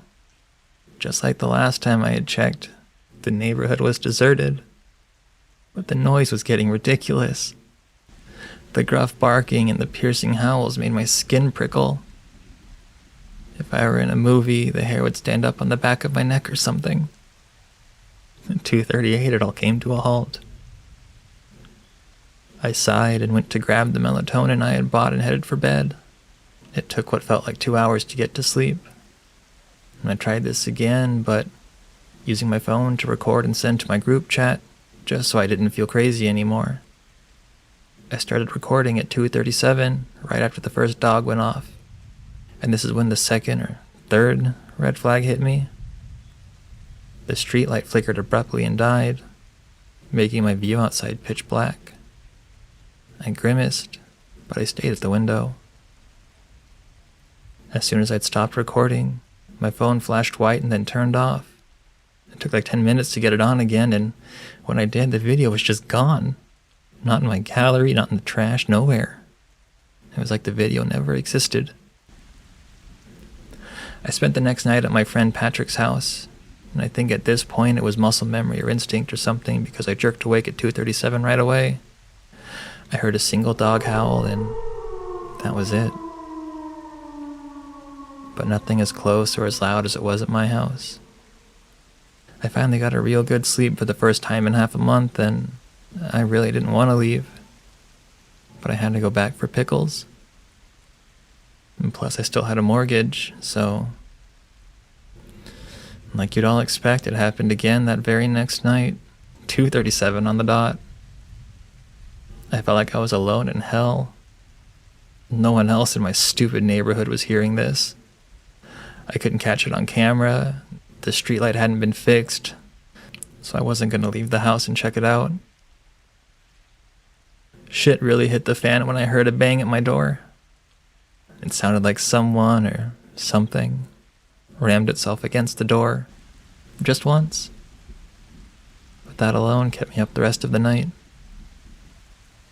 The next night, amidst the screeching and howling and barking and awfulness of it all, I heard scratches, both at my front and back door, like the dogs were trying to get in. I didn't sleep that night either. My eyes were always bloodshot, and the bags under them such a deep brown that they made my eyes look even more sunken in. I'd never had such dark bags. It looked like my face got all hyperpigmented. I couldn't be asked to keep up with taking care of myself because I always felt exhausted. I got written up at work for sleeping on the job, but I could only find solace in quick naps during the day. I felt the drag taking its toll over me so quickly. Even my bones felt sore and tired. But the closer to 2:37 a.m., it was like someone shot me up with straight caffeine. It just kept getting louder and louder and fucking louder. That 1 minute, that one fucking minute, just made every day feel like torture. My hair started falling out. I remember I couldn't even bring myself to feel sad when I saw the clump of black curls piled up in the shower drain. I lost my appetite, and now my clothes hang off my body unattractively. I couldn't bring myself to care. The only thing on my mind, 24 hours a day, was that 1 minute where piercing dog barking and howls would flood my ears, now accompanied with the sounds of dogs whining and trying to force their way into my house. And 2 nights ago was the worst one. I kept thinking it couldn't get worse, and yet it did, every damn night. At 2:37, it sounded like they were in my walls, inside my house. I laid there, staring at my ceiling with my eyes glazed over. The dim brightness from my wall plug-in light kept me from being engulfed in the darkness, but it almost didn't matter. The scratching was relentless. It sounded like sharp claws were close to breaking open the drywall right behind me. My bed shook a little, like the wall was pushing against the frame, and I choked out a sob. Then my back door swung open. I could hear the handle smack right into the wall with a cracking sound. God, the noise. It sounded like the dogs were right in my ear. It was so loud I couldn't even hear the different barks and howls. Like it was all just one buzzing sound bouncing around inside my skull, and somehow I heard the claws scraping against my floor, and I squeezed my eyes shut. They got in. There had been at least 10 different dogs running around in my house towards my bedroom. Get out! I gasped, my eyes still firmly shut. Get out, get out, get out, get out, get out of my fucking house, get out of my fucking house! I was screaming at the top of my lungs. The words stung my throat like bile from how much force I had put into them. 2:38 silence. Pickles. I bolted out of bed, stumbling over the blankets until I managed to scramble into the living room. He was awake and okay, but he looked at me with a little tilt in his head, like he was confused why I was yelling and running to him.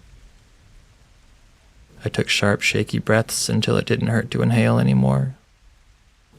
I turned towards the back door and then I had to throw up.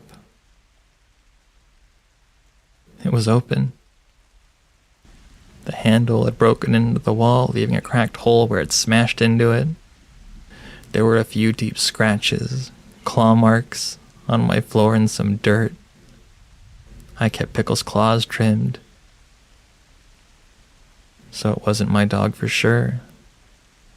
I scooped him up into my arms and held him tight to my chest, the tremors running through me, feeling like a seizure.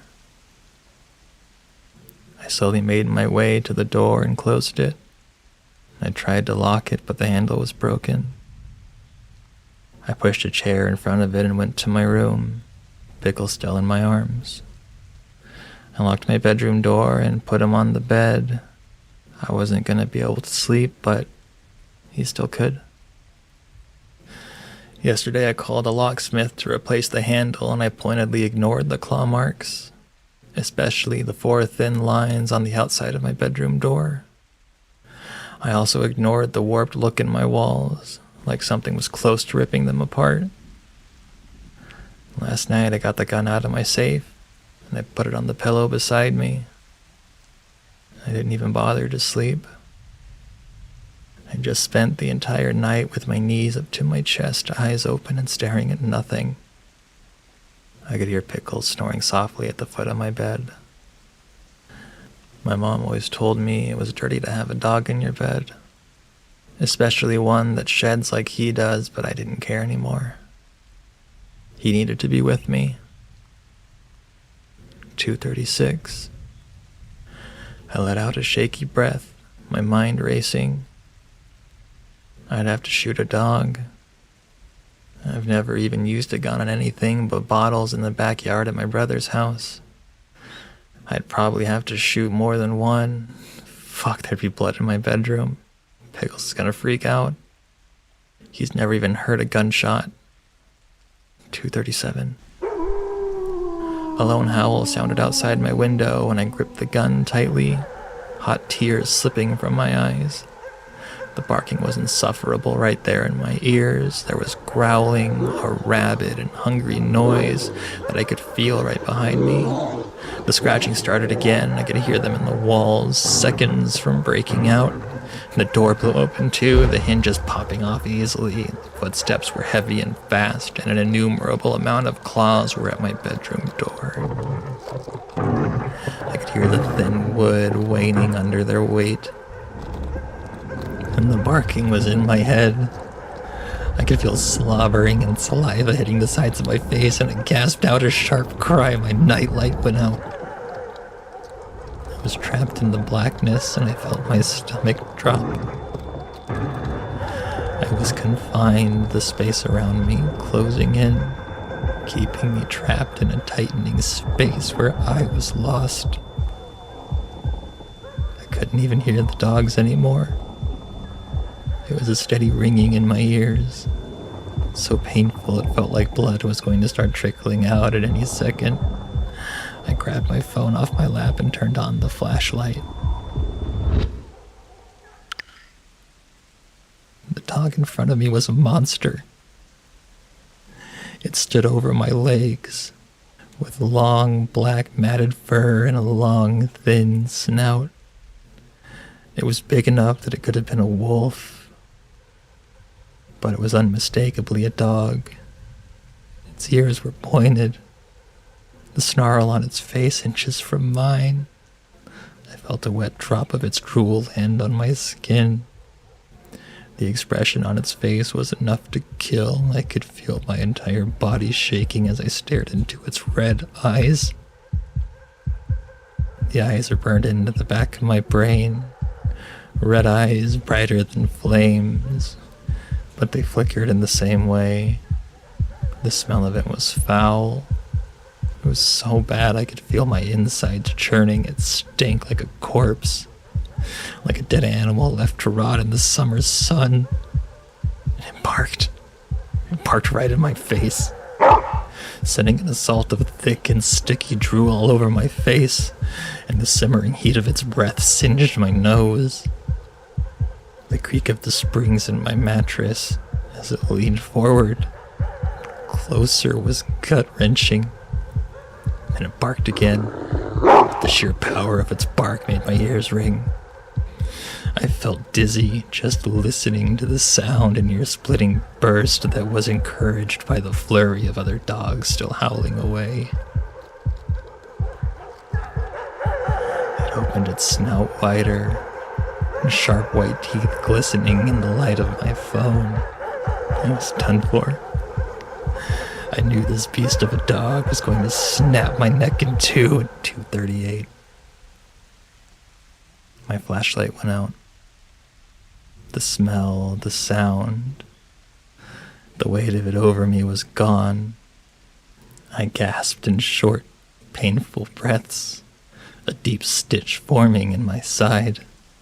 I was sweating badly, my sheets and clothes practically glued to my skin. I turned on my flashlight again and pried my fingers off the gun. I was so afraid that I didn't even think to use it. I forgot about it, honestly. I shined the light in my room, noting the chips in my walls, the holes, the scratches on the floor and on my door, which hung open ominously. I turned the light towards the foot of my bed. "Pickles," I croaked, nudging him with my toe. He didn't move. I fell getting out of bed, my legs about as solid as jello. I smacked my wall until I hit the light switch and trembled all the way over to my dog. "Pickles," I whispered, touching his soft fur with delicate hands. I picked him up and felt every nerve in my body scream in pain when his neck rolled loosely, deep, bloody tooth holes all over it. I stumbled over my own feet, promptly threw up, the burn in my throat barely rivaling the heat from my tears. I don't know what I'm supposed to do now. Pickles is gone.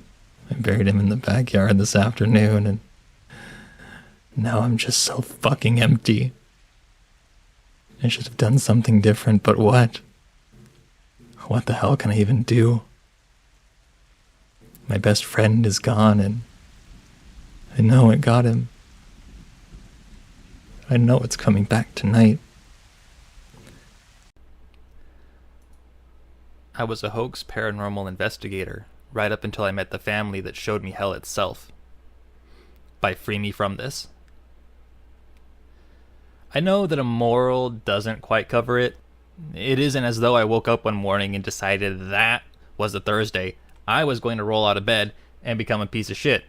I didn't pull on last year's trainers and make a pact with myself that my bank balance would triple because I was going to become a ghost hunting scam artist, greasing my endless lies with snake oil. But doesn't matter. Not really. Karma came for me in a big way. And it was deserved. We gained a bit of a niche following online. Nothing to write home about, but we made our money from donations and, of course, the cold hard cash from people that we sucked the life out of. I won't bore you with fine details, but we ghost busted 19 homes before we reached the Whistlebees. With each home, we bought more equipment to really add credence to the whole wraith wrangling thing. We turned creaky floorboards into demons, water tank leaks into internet views. It was fun. Until it wasn't. I'd never met a family quite like them. The others, they were young couples afraid of whistling wind, old shingles, desperate for validation that their home wasn't heavy with the weight of vengeful spirits. It was easy. Muscle memory. But the Whistlebees, God. They were terrified. Young parents and 2 children with their family dog cowering in the corner when we set up for our bullshit interview. The daughter was so pale that she seemed to sink into the walls behind her, face gaunt and eyes haunted. It was her we latched onto as we probed, stifling excited smirks with our palms. "He never leaves," she whispered, staring through us as if we weren't really there. Her eyes glimmered once. They certainly didn't now. lost in solace as she gazed into the abyss. It was Adam who managed to coax the words from her lips, voice soft as he gently probed. "Who is he? We have plenty of equipment here to find him in whatever corner he's hiding. We just need to know as much as you can tell us." A wry smile made its way onto her lips, and she finally looked at Adam, voice low and deliberate. "You don't need to find him. You'll know where he is. I promise. He walks on the ceilings and crawls down the walls. He'll find you." The young girl's mom spoke suddenly, eyes full of tears. She didn't used to speak this way," she breathed, gaze darting around the room. "She's so tired. So tired. She doesn't sleep anymore.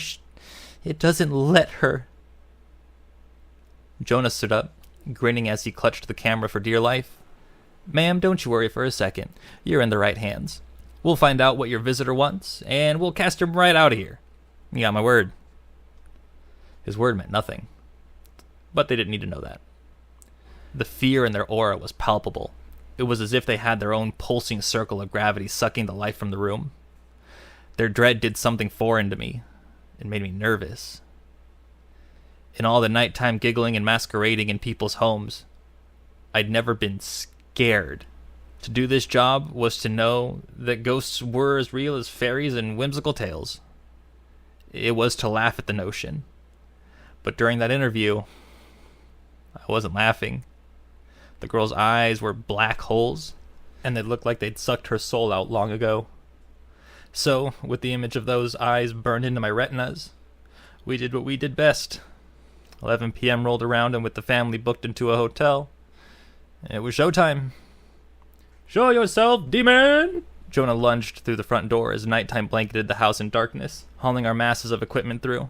We didn't need any of it, obviously, but it made people feel as though we were legitimately expelling ghosts from their homes with the flick of a battered crucifix. Adam rolled his eyes, glancing down at the EMF reader in his hand. "Bro, come on. Did you see how scared that girl was? I feel bad." Shit was creepy. Jonah chomped on his gum, leaving muddy boot stains as he clambered up on the sofa to stick his camera on the wall. "He walks on the ceiling. Dude must have the mother of all headaches." I stayed quiet, chewing my lip as I set up our audio equipment, and eyed the tired-looking lump of plastic. "The older it looks, the more authentic it appears," Jonah had assured me. And sure, I suppose it did look like it belonged in a 1998 horror game, but it was pretty shit. Not that we'd ever picked up anything on it before. There was the great scare of House 12, when the fridge appeared to hum a lilting tune, but it was just super broken.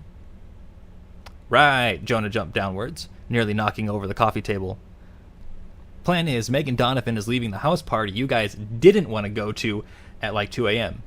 I say we wrap up here by 1, swing by the party, and I'll be her shoulder to cry on because her douchebag boyfriend was a dick again, all night." Adam scowled as Jonah cackled, but I stayed mute, casting my eyes around the room. I couldn't deny this place felt different, somehow.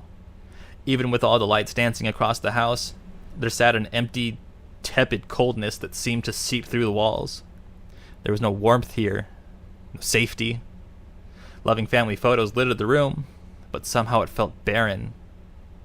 Wrong. "I'm down to do this quickly at least," Adam muttered, eyes darting around nervously. "Do you guys feel that? This place feels haunted." I finished for him, rolling my eyes at Jonah's guffaws. "All right, if you're both going to be pussies, I'll get started." He stared ominously into our main camera, placed across the room. Red light blinking towards the sofa we were sitting on. "It's time, everyone. As always, first, we'll try to contact the ghost and see if we pick up anything on the microphone or the EMF." Clearing his throat, Adam stole a glance at me. Okay. "We're here in your domain, ghost," he tried to project, but I heard the slight crack in his voice. "We're here to find out what you want, why you haunt this family. We're here to set you free." I counted down from 6, bulging my eyes as I shrieked, throwing myself backwards. "No way!" I bellowed, pointing at the camera. "There's no way!" And we did the usual scramble, all of us claiming we saw a photo frame go flying, switching to a shaky hand cam footage as Jonah retrieved it from the floor we laid it on earlier. It was rehearsed. but something just felt different. It's hard to describe, but I couldn't shake the feeling a pair of eyes were locked onto me, a horrid gaze burning into my back. The feeling amplified as we pulled out the trusty Ouija board, and only moments later, laying it on the table and pushing it into frame. I scratched at my arms nervously, trying not to stare at the shadows that seemed to be consuming the room. "All right," Jonah muttered, placing his fingers on the planchette. "I ask its name. We give it something creepy, like Maurice. I'll move it, and you guys stay still." "Feel free to run the show on this one," I offered, goosebumps erupting from over my skin. Had it gotten colder in here? Adam certainly thought so as he hugged his hoodie tighter, shaking something off as he placed a finger on the planchette with us. The dread was otherworldly, beginning to creep across my skin and begging me to stop. "Spirit," Jonah demanded, dramatically eyeing each corner of the room. "Make yourself known to us. Show us. Communicate with us. I want to ask what name gives you your power. What is your name, ghost?" He waited a fairly believable amount of time before the planchette slowly began to move towards the M. But I knew my heart wasn't in my lackluster reaction. Jonah would yell at me later, claiming I ruined the entire Ouija shot, but I swore I could see something in my peripheral, just out of view staring at me. I couldn't turn my head. I didn't dare. Instead, I gritted my teeth and focused on the board, letting my jaw drop dramatically. M-A-U-R-I. And just like that, the planchette halted, painfully almost. Jonah scowled, his head snapping at us. "Really, dude? I was nearly finished. You stopped," I argued, wondering if it was a blanket on the bookshelf or a crumpled up man staring dead-eyed at me, as I was beginning to suspect it was.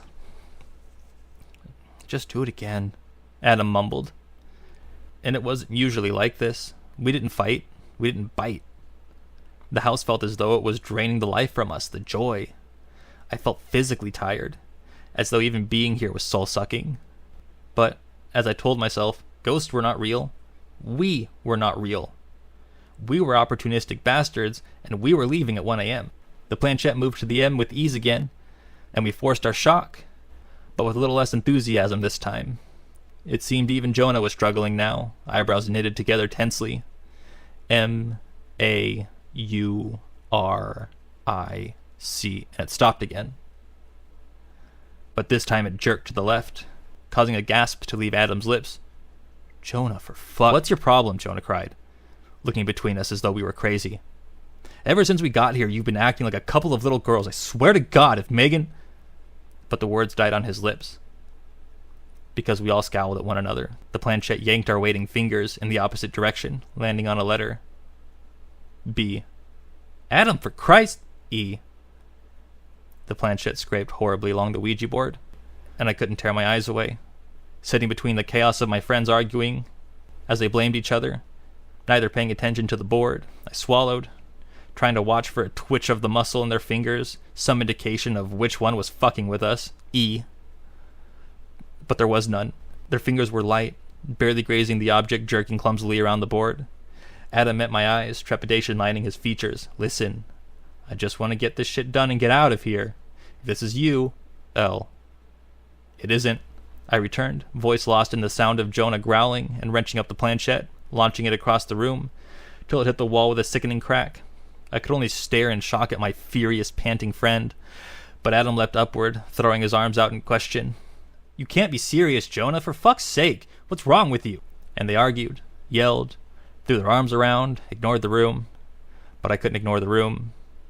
I hadn't been able to ignore it from the second we stepped in here.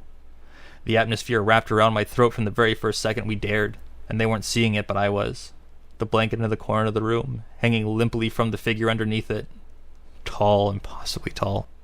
Shrouded in shadows with the fabric sagging off of it horribly. "Shut up," I whispered to the boys next to me, but they didn't stop. They didn't stop as the blanket began to drag closer towards us. The sound of toenails scraping on the floor echoing louder than even my friends. I could see the silhouette underneath it, a darkness that followed, the cold. But they didn't notice. Not until a screech sounded, sending our eyes all in the direction of the bleeping monstrosity. "Fuck!" Adam cried, shaking his head at the EMF detector, which was flashing a bloody red color and wailing to attention. I was only distracted momentarily from the carnage, turning around in time to feel a horrid whoosh of air as the blanket fell into a crumpled heap a mere inch from my nose. The air was sucked from my lungs and I tumbled backwards, collapsing onto the sofa and gasping instead of forming words. Adam looked up at me with concern, but Jonah wasn't done. "No!" he growled, wincing at the wail of the EMF machine. "Listen, I'm not doing this all over again. Come here, let's do something with the godforsaken thing. Grab it, wave it around, just fucking get up." My eyes were still darting around the room, and only pulled from their trance as a buzzing fly landed on my hand, narrowly avoiding death with a flick of my shaking finger. It woke me up, my voice sounding more strained than I would have liked. "Are you hearing that?" "It's detecting something, Jonah. I swear to God I saw something. Microwave, shitty electronics, I don't know." His voice raised threateningly. "Seriously, stop. Let's leave this room and run in. We'll act shocked about the EMF, we'll walk around a bit, and then we're going. I'm sick of you both." I should have argued. Obviously, I shouldn't argue, but I can't describe the way I felt in that moment. It was as though my fear gave way to denial so quickly that I was already calling myself crazy, reaching desperately for the idea that no, I was seeing things, feeling things, and the horror my mind was conjuring simply couldn't exist. I stayed as the three of us trudged out of the living room, as we all pulled our clothes tighter and ignored the ice seeping into our skin. I ignored Adam squeezing my shoulder, a sentiment he'd never bothered with before. I ignored my thudding heart as we clutched our cameras, bursting into the living room in our most epic movie yet, ready to contort our faces in horror. We didn't have to fake it. In the corner was our screaming EMF reader, blinking red as it had been for the last 5 minutes. But the problem was the endless claws wrapped around it, attached to a figure so tall its head brushed against the ceiling and black eyes glared upon us. It swayed in the shadows, but I could see its arms, gaunt and as long as its legs, neck cracking awfully as it turned to look at us in an instant. A sick dripping sound, just loud enough for us to hear, and to this day I imagine it as thick crimson blood falling from its fingers onto the dead, curled toes. "Holy shit," Adam whispered. So I knew. In fact, I hadn't lost my mind. We ran, of course, scared idiots, launching themselves backwards and tripping over everything, legs jelly as we bolted out the front door. I cursed myself for not leaving more quickly, begged for a time machine to have me believe my eyes the first time. We didn't make it. There in the hallway was our 1998 horror movie audio device, except now it was crackling and the rasp sounded from it, too deep and gravelly to be human.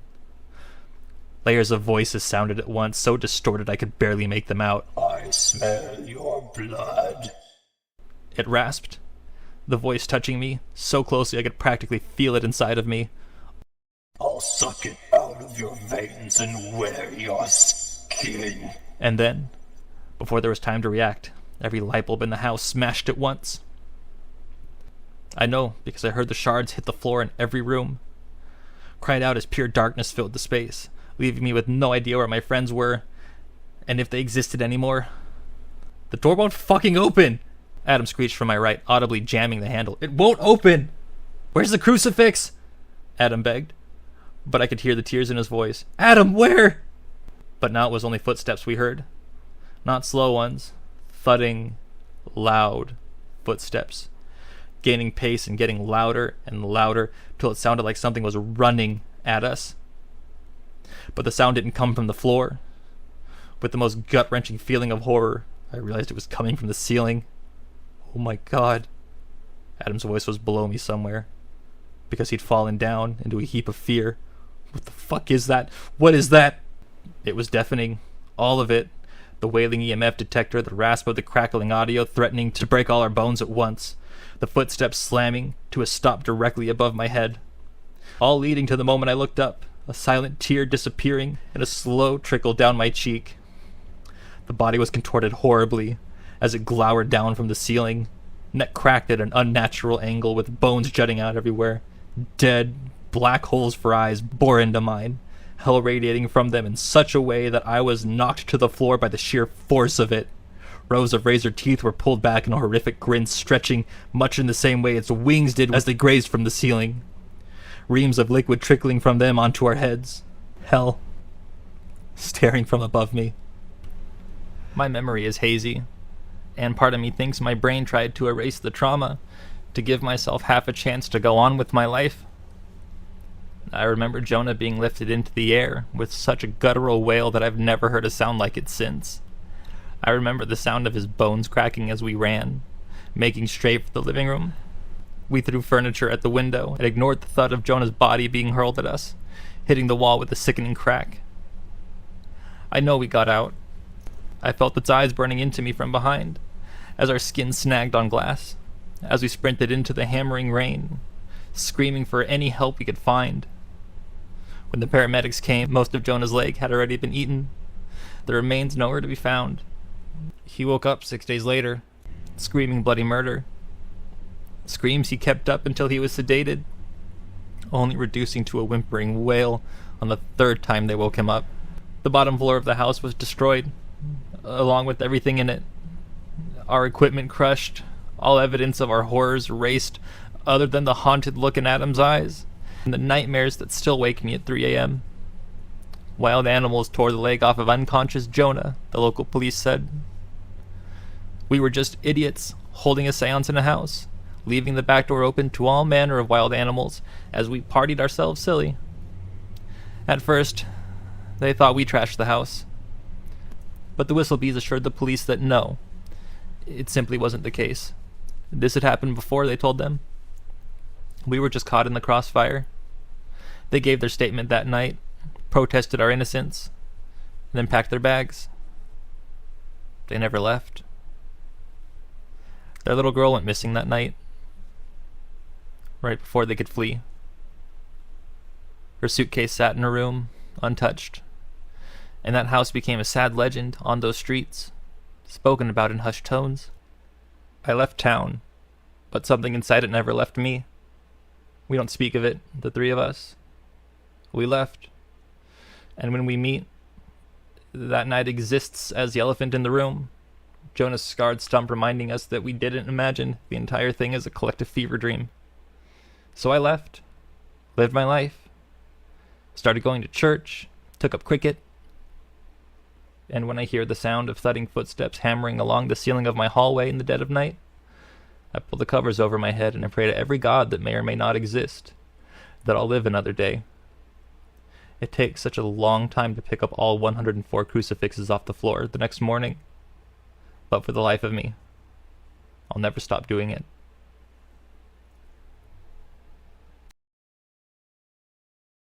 My brother went missing 30 years ago. I just found him in my basement. By Scary Man, 1985. When someone you love just disappears, it messes with your entire life. For me, it was my 13-year-old brother, David. I loved my older brother so much. We were living in a small farm town in the Pennsylvania countryside, and at the time, we were living in one of the oldest houses in town.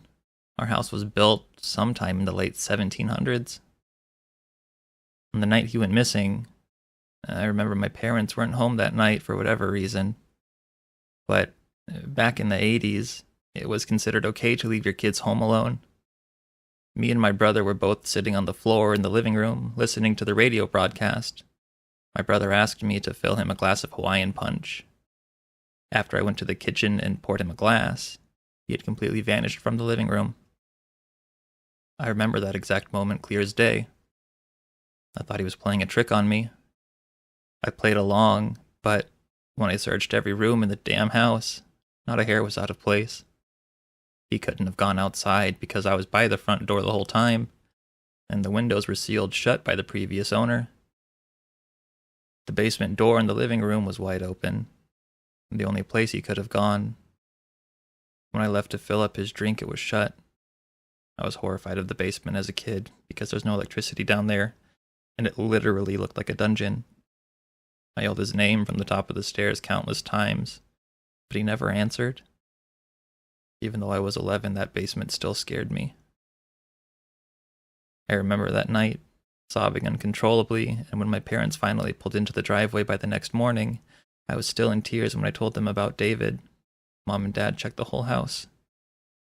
I then told Dad about how the basement door was wide open, and then he walked down into the basement. I remember sitting on the couch next to the basement door, hoping my dad would walk back up with David. But when Dad walked up the stairs, his face had gone completely pale. In his hands were my brother's clothes from the night before. I can't describe how horrified I was. He dropped them onto the ground and walked upstairs to where my mom was. I then got on the ground and crawled towards the clothes, exactly what my brother was wearing before he disappeared. I sorted through them. Everything he wore that night. Shirt, pants, underwear, socks. Everything stripped from him. I could hear my parents' voices from upstairs. My mother then came sprinting down the stairs and got on the phone with the police. When the police finally arrived, the entire police team thought he must have gone outside and got lost in the nearby forest. But I knew for a fact that he was in that house. The police officers spent weeks searching the woods and fields near our house. The police checked the basement, but said there was nothing. They closed the case about half a year later. The entire town assumed it was a kidnapping. I knew it was something to do with that basement, but I could never get myself to go down there. After his disappearance, life continued for our family. We turned David's bedroom into a guest bedroom. I hated how my parents did that. It felt like they were trying to move on, but I was unable to. Losing David was a huge damper over my entire family. Something that would hang over our heads our entire lives. Mom's way of coping with her grief was just erasing all memory of him. Hated her guts for that. Every time I looked at that basement door growing up, I could feel something behind it. I remember one day, when I was 16, I was putting DVDs away in the living room. I was sitting a few feet away from that door and I smelt something familiar. The smell was seeping through the cracks of the door. It was what my brother smelt like. I got up and nearly ripped the door off its hinges. I ran downstairs into the darkness. The entire room smelt like David's old bedroom.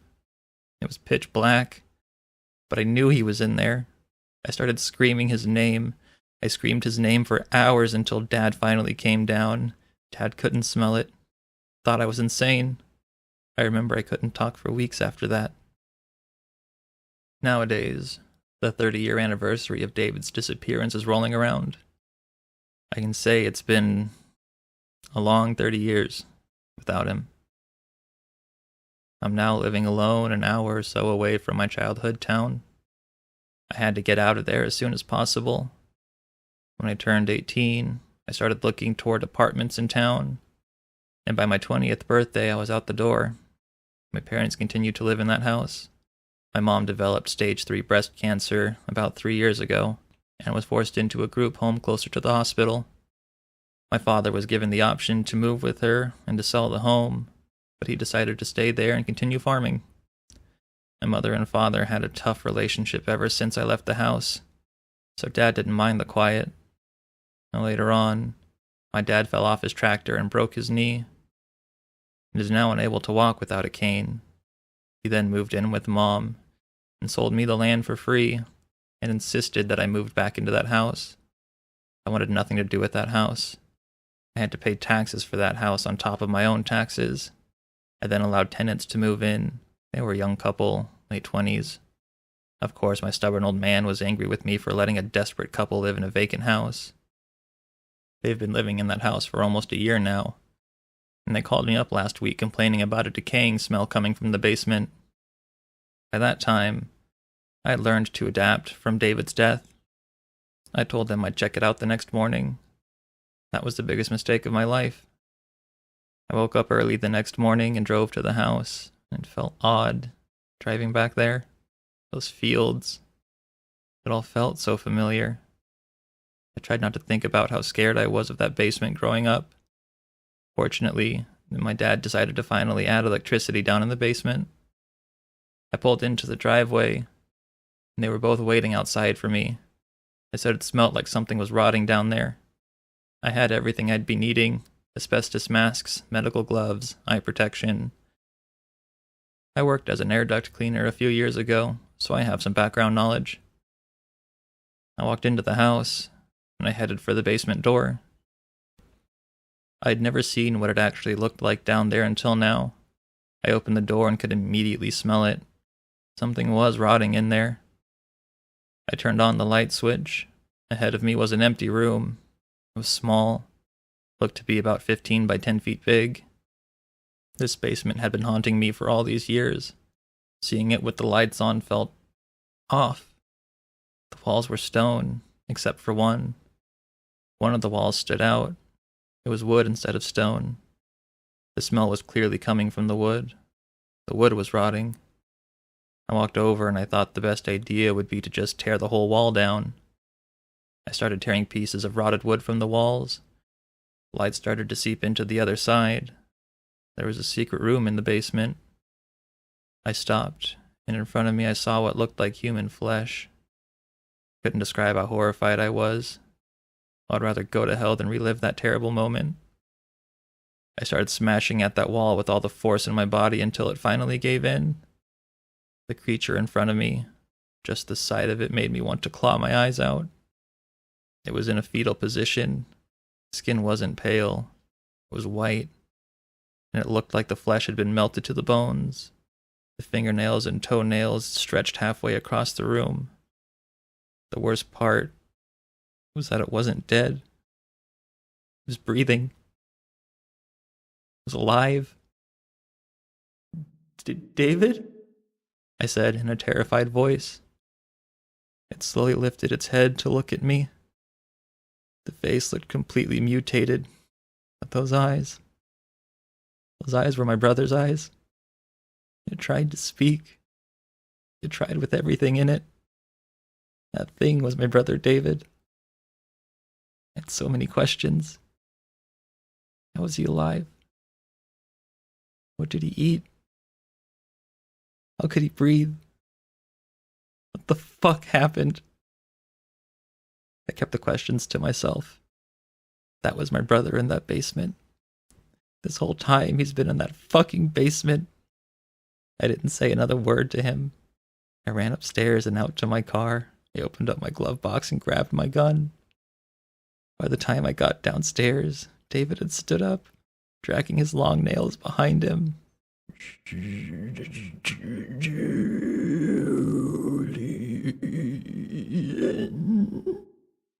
He growled, then shot him in the head.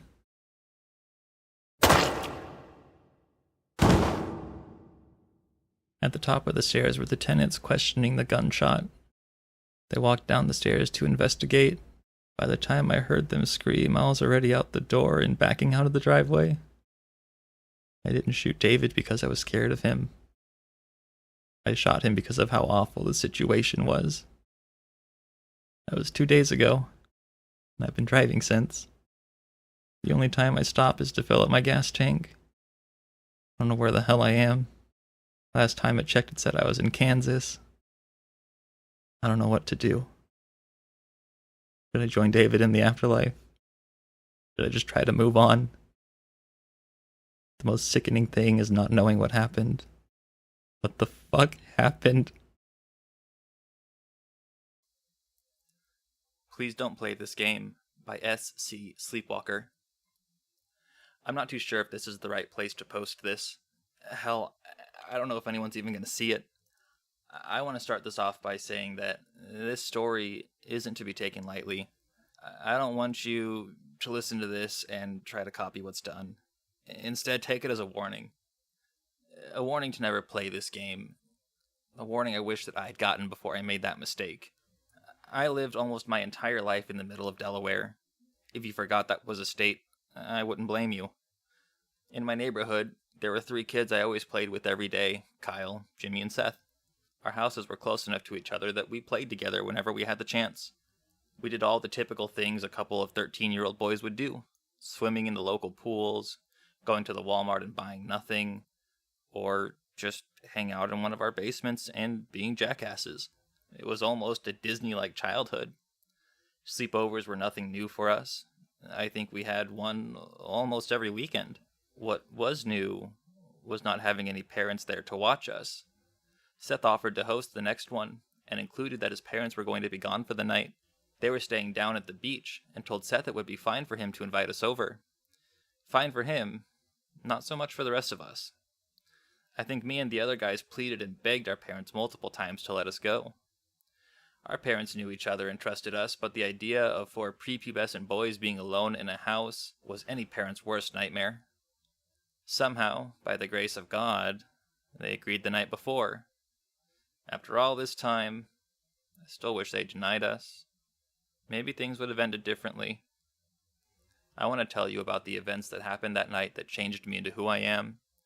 It changed my life and every family that was involved in it. This is the night I played hide and seek with my friends. Hide and seek? Won't that get boring with just 4 of us? I asked suspiciously as I took a handful of Doritos from the bowl on the table. It was about 10:30 when Kyle suggested we play a game so we could try to stay up later. Yeah, man, besides, we have an Xbox, Jimmy pointed out. Seth came walking down into the basement with some sodas in hand, almost dropping the cans. What are you guys talking about? You better not be thinking of touching my controller with your greasy hands, Jimmy. Not after last time. It was an accident. I got you a new one, Jimmy responded before chuckling a bit. No, guys, I saw this on the internet a few nights ago. We have to try it, Kyle said. He almost sounded like he was pleading with us. Kyle was always the kind of kid to believe in spooky things. Ghosts, werewolves, demons, you name it. Kyle probably believed in it. I remember one time, he somehow got us all to go in the woods with him during the winter to look for dog people that a YouTuber said was out near us. We all got the flu after that. Oh god, another one of these?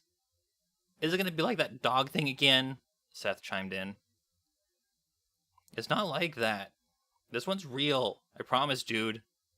Kyle seemed genuine about it. I almost felt bad as the other guys called him stupid for it. Alright, man. We try your game for a bit. Then if it's a bust, we play Xbox, I suggested. Kyle's face lit up as he got some paper out of his bag. Who said you were in charge of deciding when to play my Xbox? Seth questioned. I just shushed him as Kyle got some more stuff out of his bag. Candles, lighters, a knife. I would have hated to see what would have happened if we would have said no to his idea. Alright, first, we gotta turn all the lights off. Not a single one can be on during this game. We looked at each other before we went off to get the house started. I had been in Seth's house almost as much as mine, but there's a strangeness to it when all the lights were off. We got back to the basement where we found Kyle lighting the candles and placing them on the ground around the paper. As we sat around him, I could see some words on the paper. Ready or not, here it comes. What's that for? I pointed as Kyle placed the last candle down. That's to start the game. I saw these Indian guys play it, and they said you have to start the game just like this or it doesn't work. Kyle answered, as he slowly pulled the knife up and turned to face us. Now we have to cut ourselves. Like Sarah from Homeroom? Jimmy chuckled. I thought that was a rumor, Seth remarked as he leaned towards Jimmy. Guys, focus. Just a small prick on your finger. Then you put it on the paper, Kyle demanded, as he slowly pressed the tip of the knife into his finger. This feels very extreme. Is this safe to play? I asked, seeing Kyle wince as the blood slowly pooled on the top of his finger. I think so. The guys seemed like they were having fun when they did it. He held the knife towards me next. The guys watched us as I reluctantly took the knife and plucked my finger. I did encourage us to play this for Kyle's sake. I couldn't chicken out now. The other 2 did the same. Jimmy had more tears than the rest of us, but when he finished, he handed the knife back to Kyle. Now, Seth asked, rubbing his finger on his Pokemon pajama bottoms. Now repeat after me. We all listened to Kyle and repeated. 1, 2, 3. Ready or not, come find me. We stared at each other. Silence filled the basement as our eyes kept darting to see if anything happened. Did you hear that? Seth whispered. We listened as the most quiet fart escaped him. He fell on his back and laughed. Jimmy joined him and so did I. We laughed and laughed. I looked to see if Kyle found it as amusing, but was met with sadness. He looked almost heartbroken. I knew he lived for these kind of things, and for it to not work must have broken him. I moved to him and smiled. Hey, at least we didn't have to sit out in negative degrees to get the results this time, huh? He smiled slightly back. Yeah, I guess you're right. I don't know how these guys made it look so convincing. CGI probably. My dad says that's how most things are done like that. Seth said, as he got up to go turn the lights back on. Before he hit the switch, a loud thud filled the room. I'll never forget the look on his face as he rushed back to the floor where we were all sitting. What was that? Jimmy whispered to me. I didn't know what to say until Kyle reluctantly chimed in. It's him.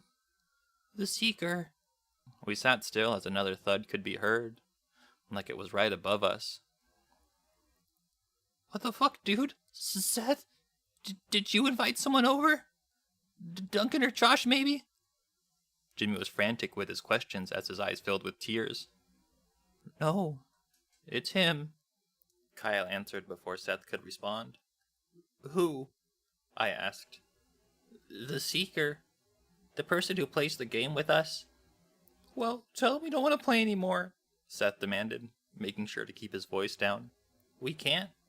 They said he plays until everyone is found. What do you mean until we're found? I asked.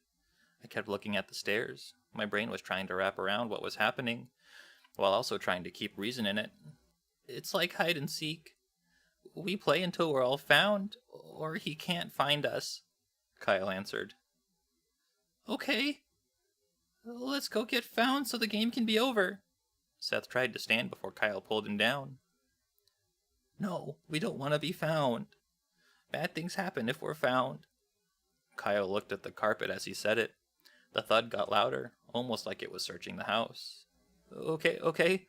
Then we should stay down here, right? If we hide down here, it won't find us.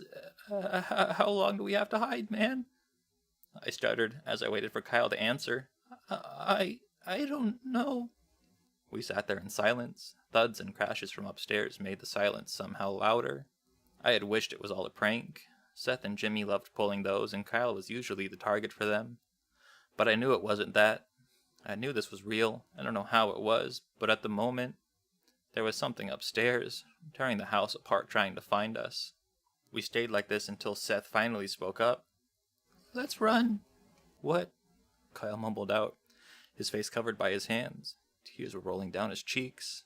Let's run. The door's not far from the basement entrance.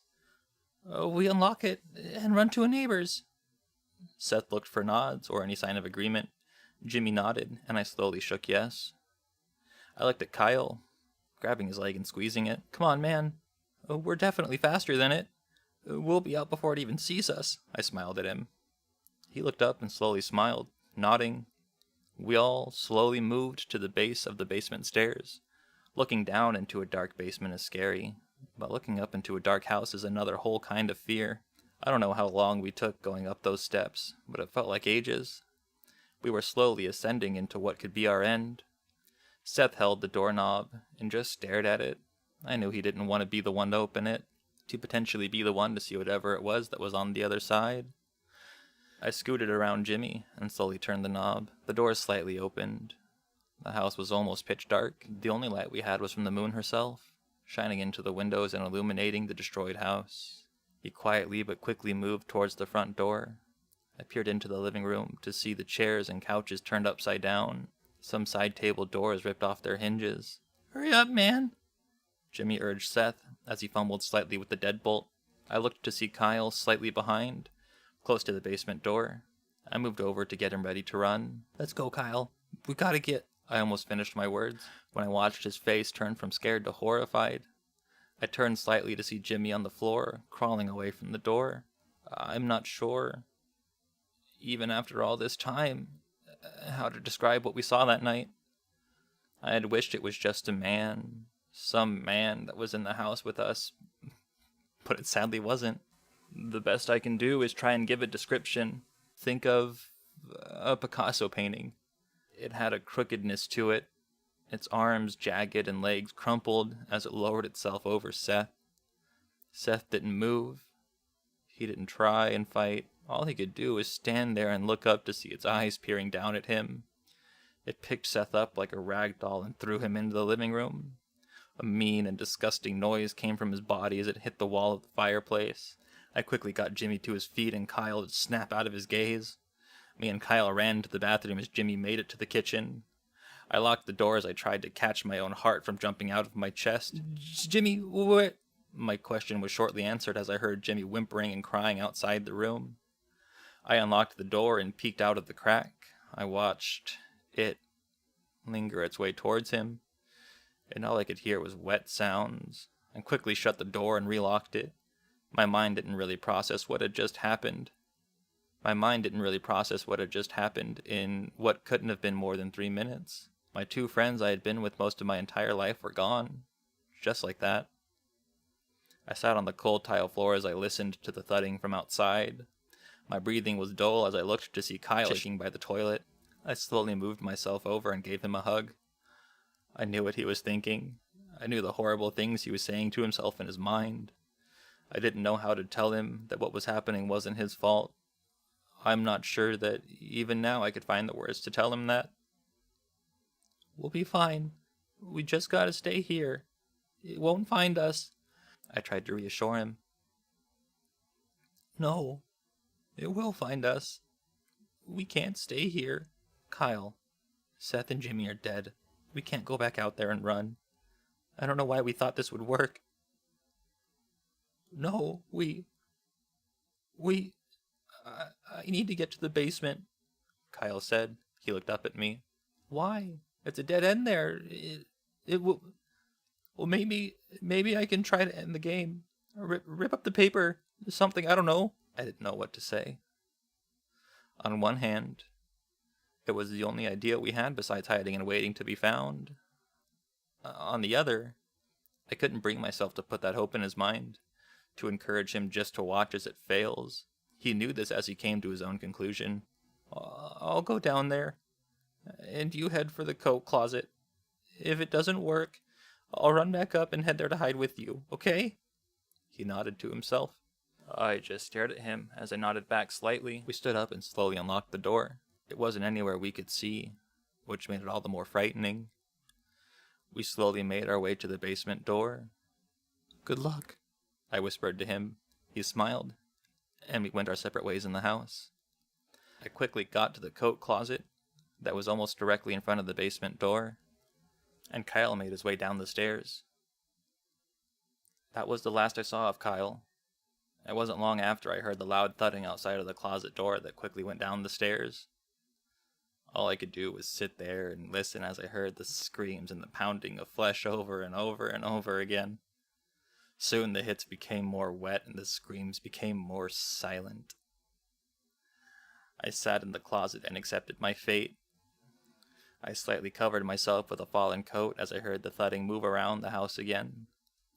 It was only a matter of time before it got me, before it ripped the door open and I would be met with its horrifying figure. I looked out at the slits in the closet door, and I saw the moonlight shining through the windows. I'm not sure when I fell asleep, or even how I did. My body must have been so exhausted that it decided sleep was more important than survival.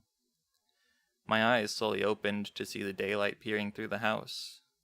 The night was gone, and the day had come to save me. Although I was relieved, I still forced my eyes shut. The small amount of what I saw was enough to make me do it. I saw the closet door was open. I didn't want to have it open, as it might slowly peer from the corner and look at me. I didn't want my last image to be that. I just kept my eyes closed and covered my ears. And then I felt it. Thuds. I could feel the thudding get closer, closer, closer. 2 hands grabbed me and this was it. My fight or flight kicked in and I started fighting, kicking, hitting, screaming, anything I could think of. I was doing it. Calm down, son. Calm down. You're safe. Those words hit me like a wall. A calmness I hadn't felt since the day before came over me. My eyes slowly opened to see the face of a young man kneeling in front of me, his hands holding my arms. He was a police officer. It's gonna be all right, he reassured me again as he slowly brought me to my feet. He walked me out of the closet and faintly said, "Keep your eyes down, kid. I'll lead you out." I think he said it more for himself, because I knew what he didn't want me to see. Seth was laying in the living room, his body bruised from the impact with the wall and his bones broken. Jimmy was on the kitchen counter. Multiple wounds and slashes were found on him. Kyle I'm not sure what really happened to him. The reports say his body never came out. I just know I'll never forget those sounds from when I hid in the closet. Seth's parents moved away almost immediately after the incident. Just left. Didn't take a single thing from the house. It was later taken down. I guess no one wanted to live in a house where something like that could happen. I saw Jimmy and Kyle's parents every once in a while when I walked around the neighborhood. They would give me small smiles and wave, and I would return them, and I would return them back. No more, no less. After high school, I moved away for college. My parents knew why, and they never argued that I should stay closer. That was a little more than 15 years ago. A few weeks back, my dad called me to tell me Mom had passed away. He offered if I wanted to stay at home for the funeral, stay in my old room. I hesitated. I thought of that night every day for the past 15 years, never really bringing myself to want to go back to that neighborhood. I refused and opted for a hotel a few miles away in town. And that's where I am now, in my bed writing my tale. I want you to take this as a warning, because as I write this, I know I'm not alone. It's here. It's in the closet of the hotel room. I can just make out its outline.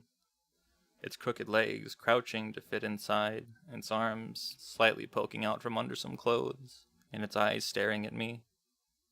It knows I see it, and it knows I'm writing about that night.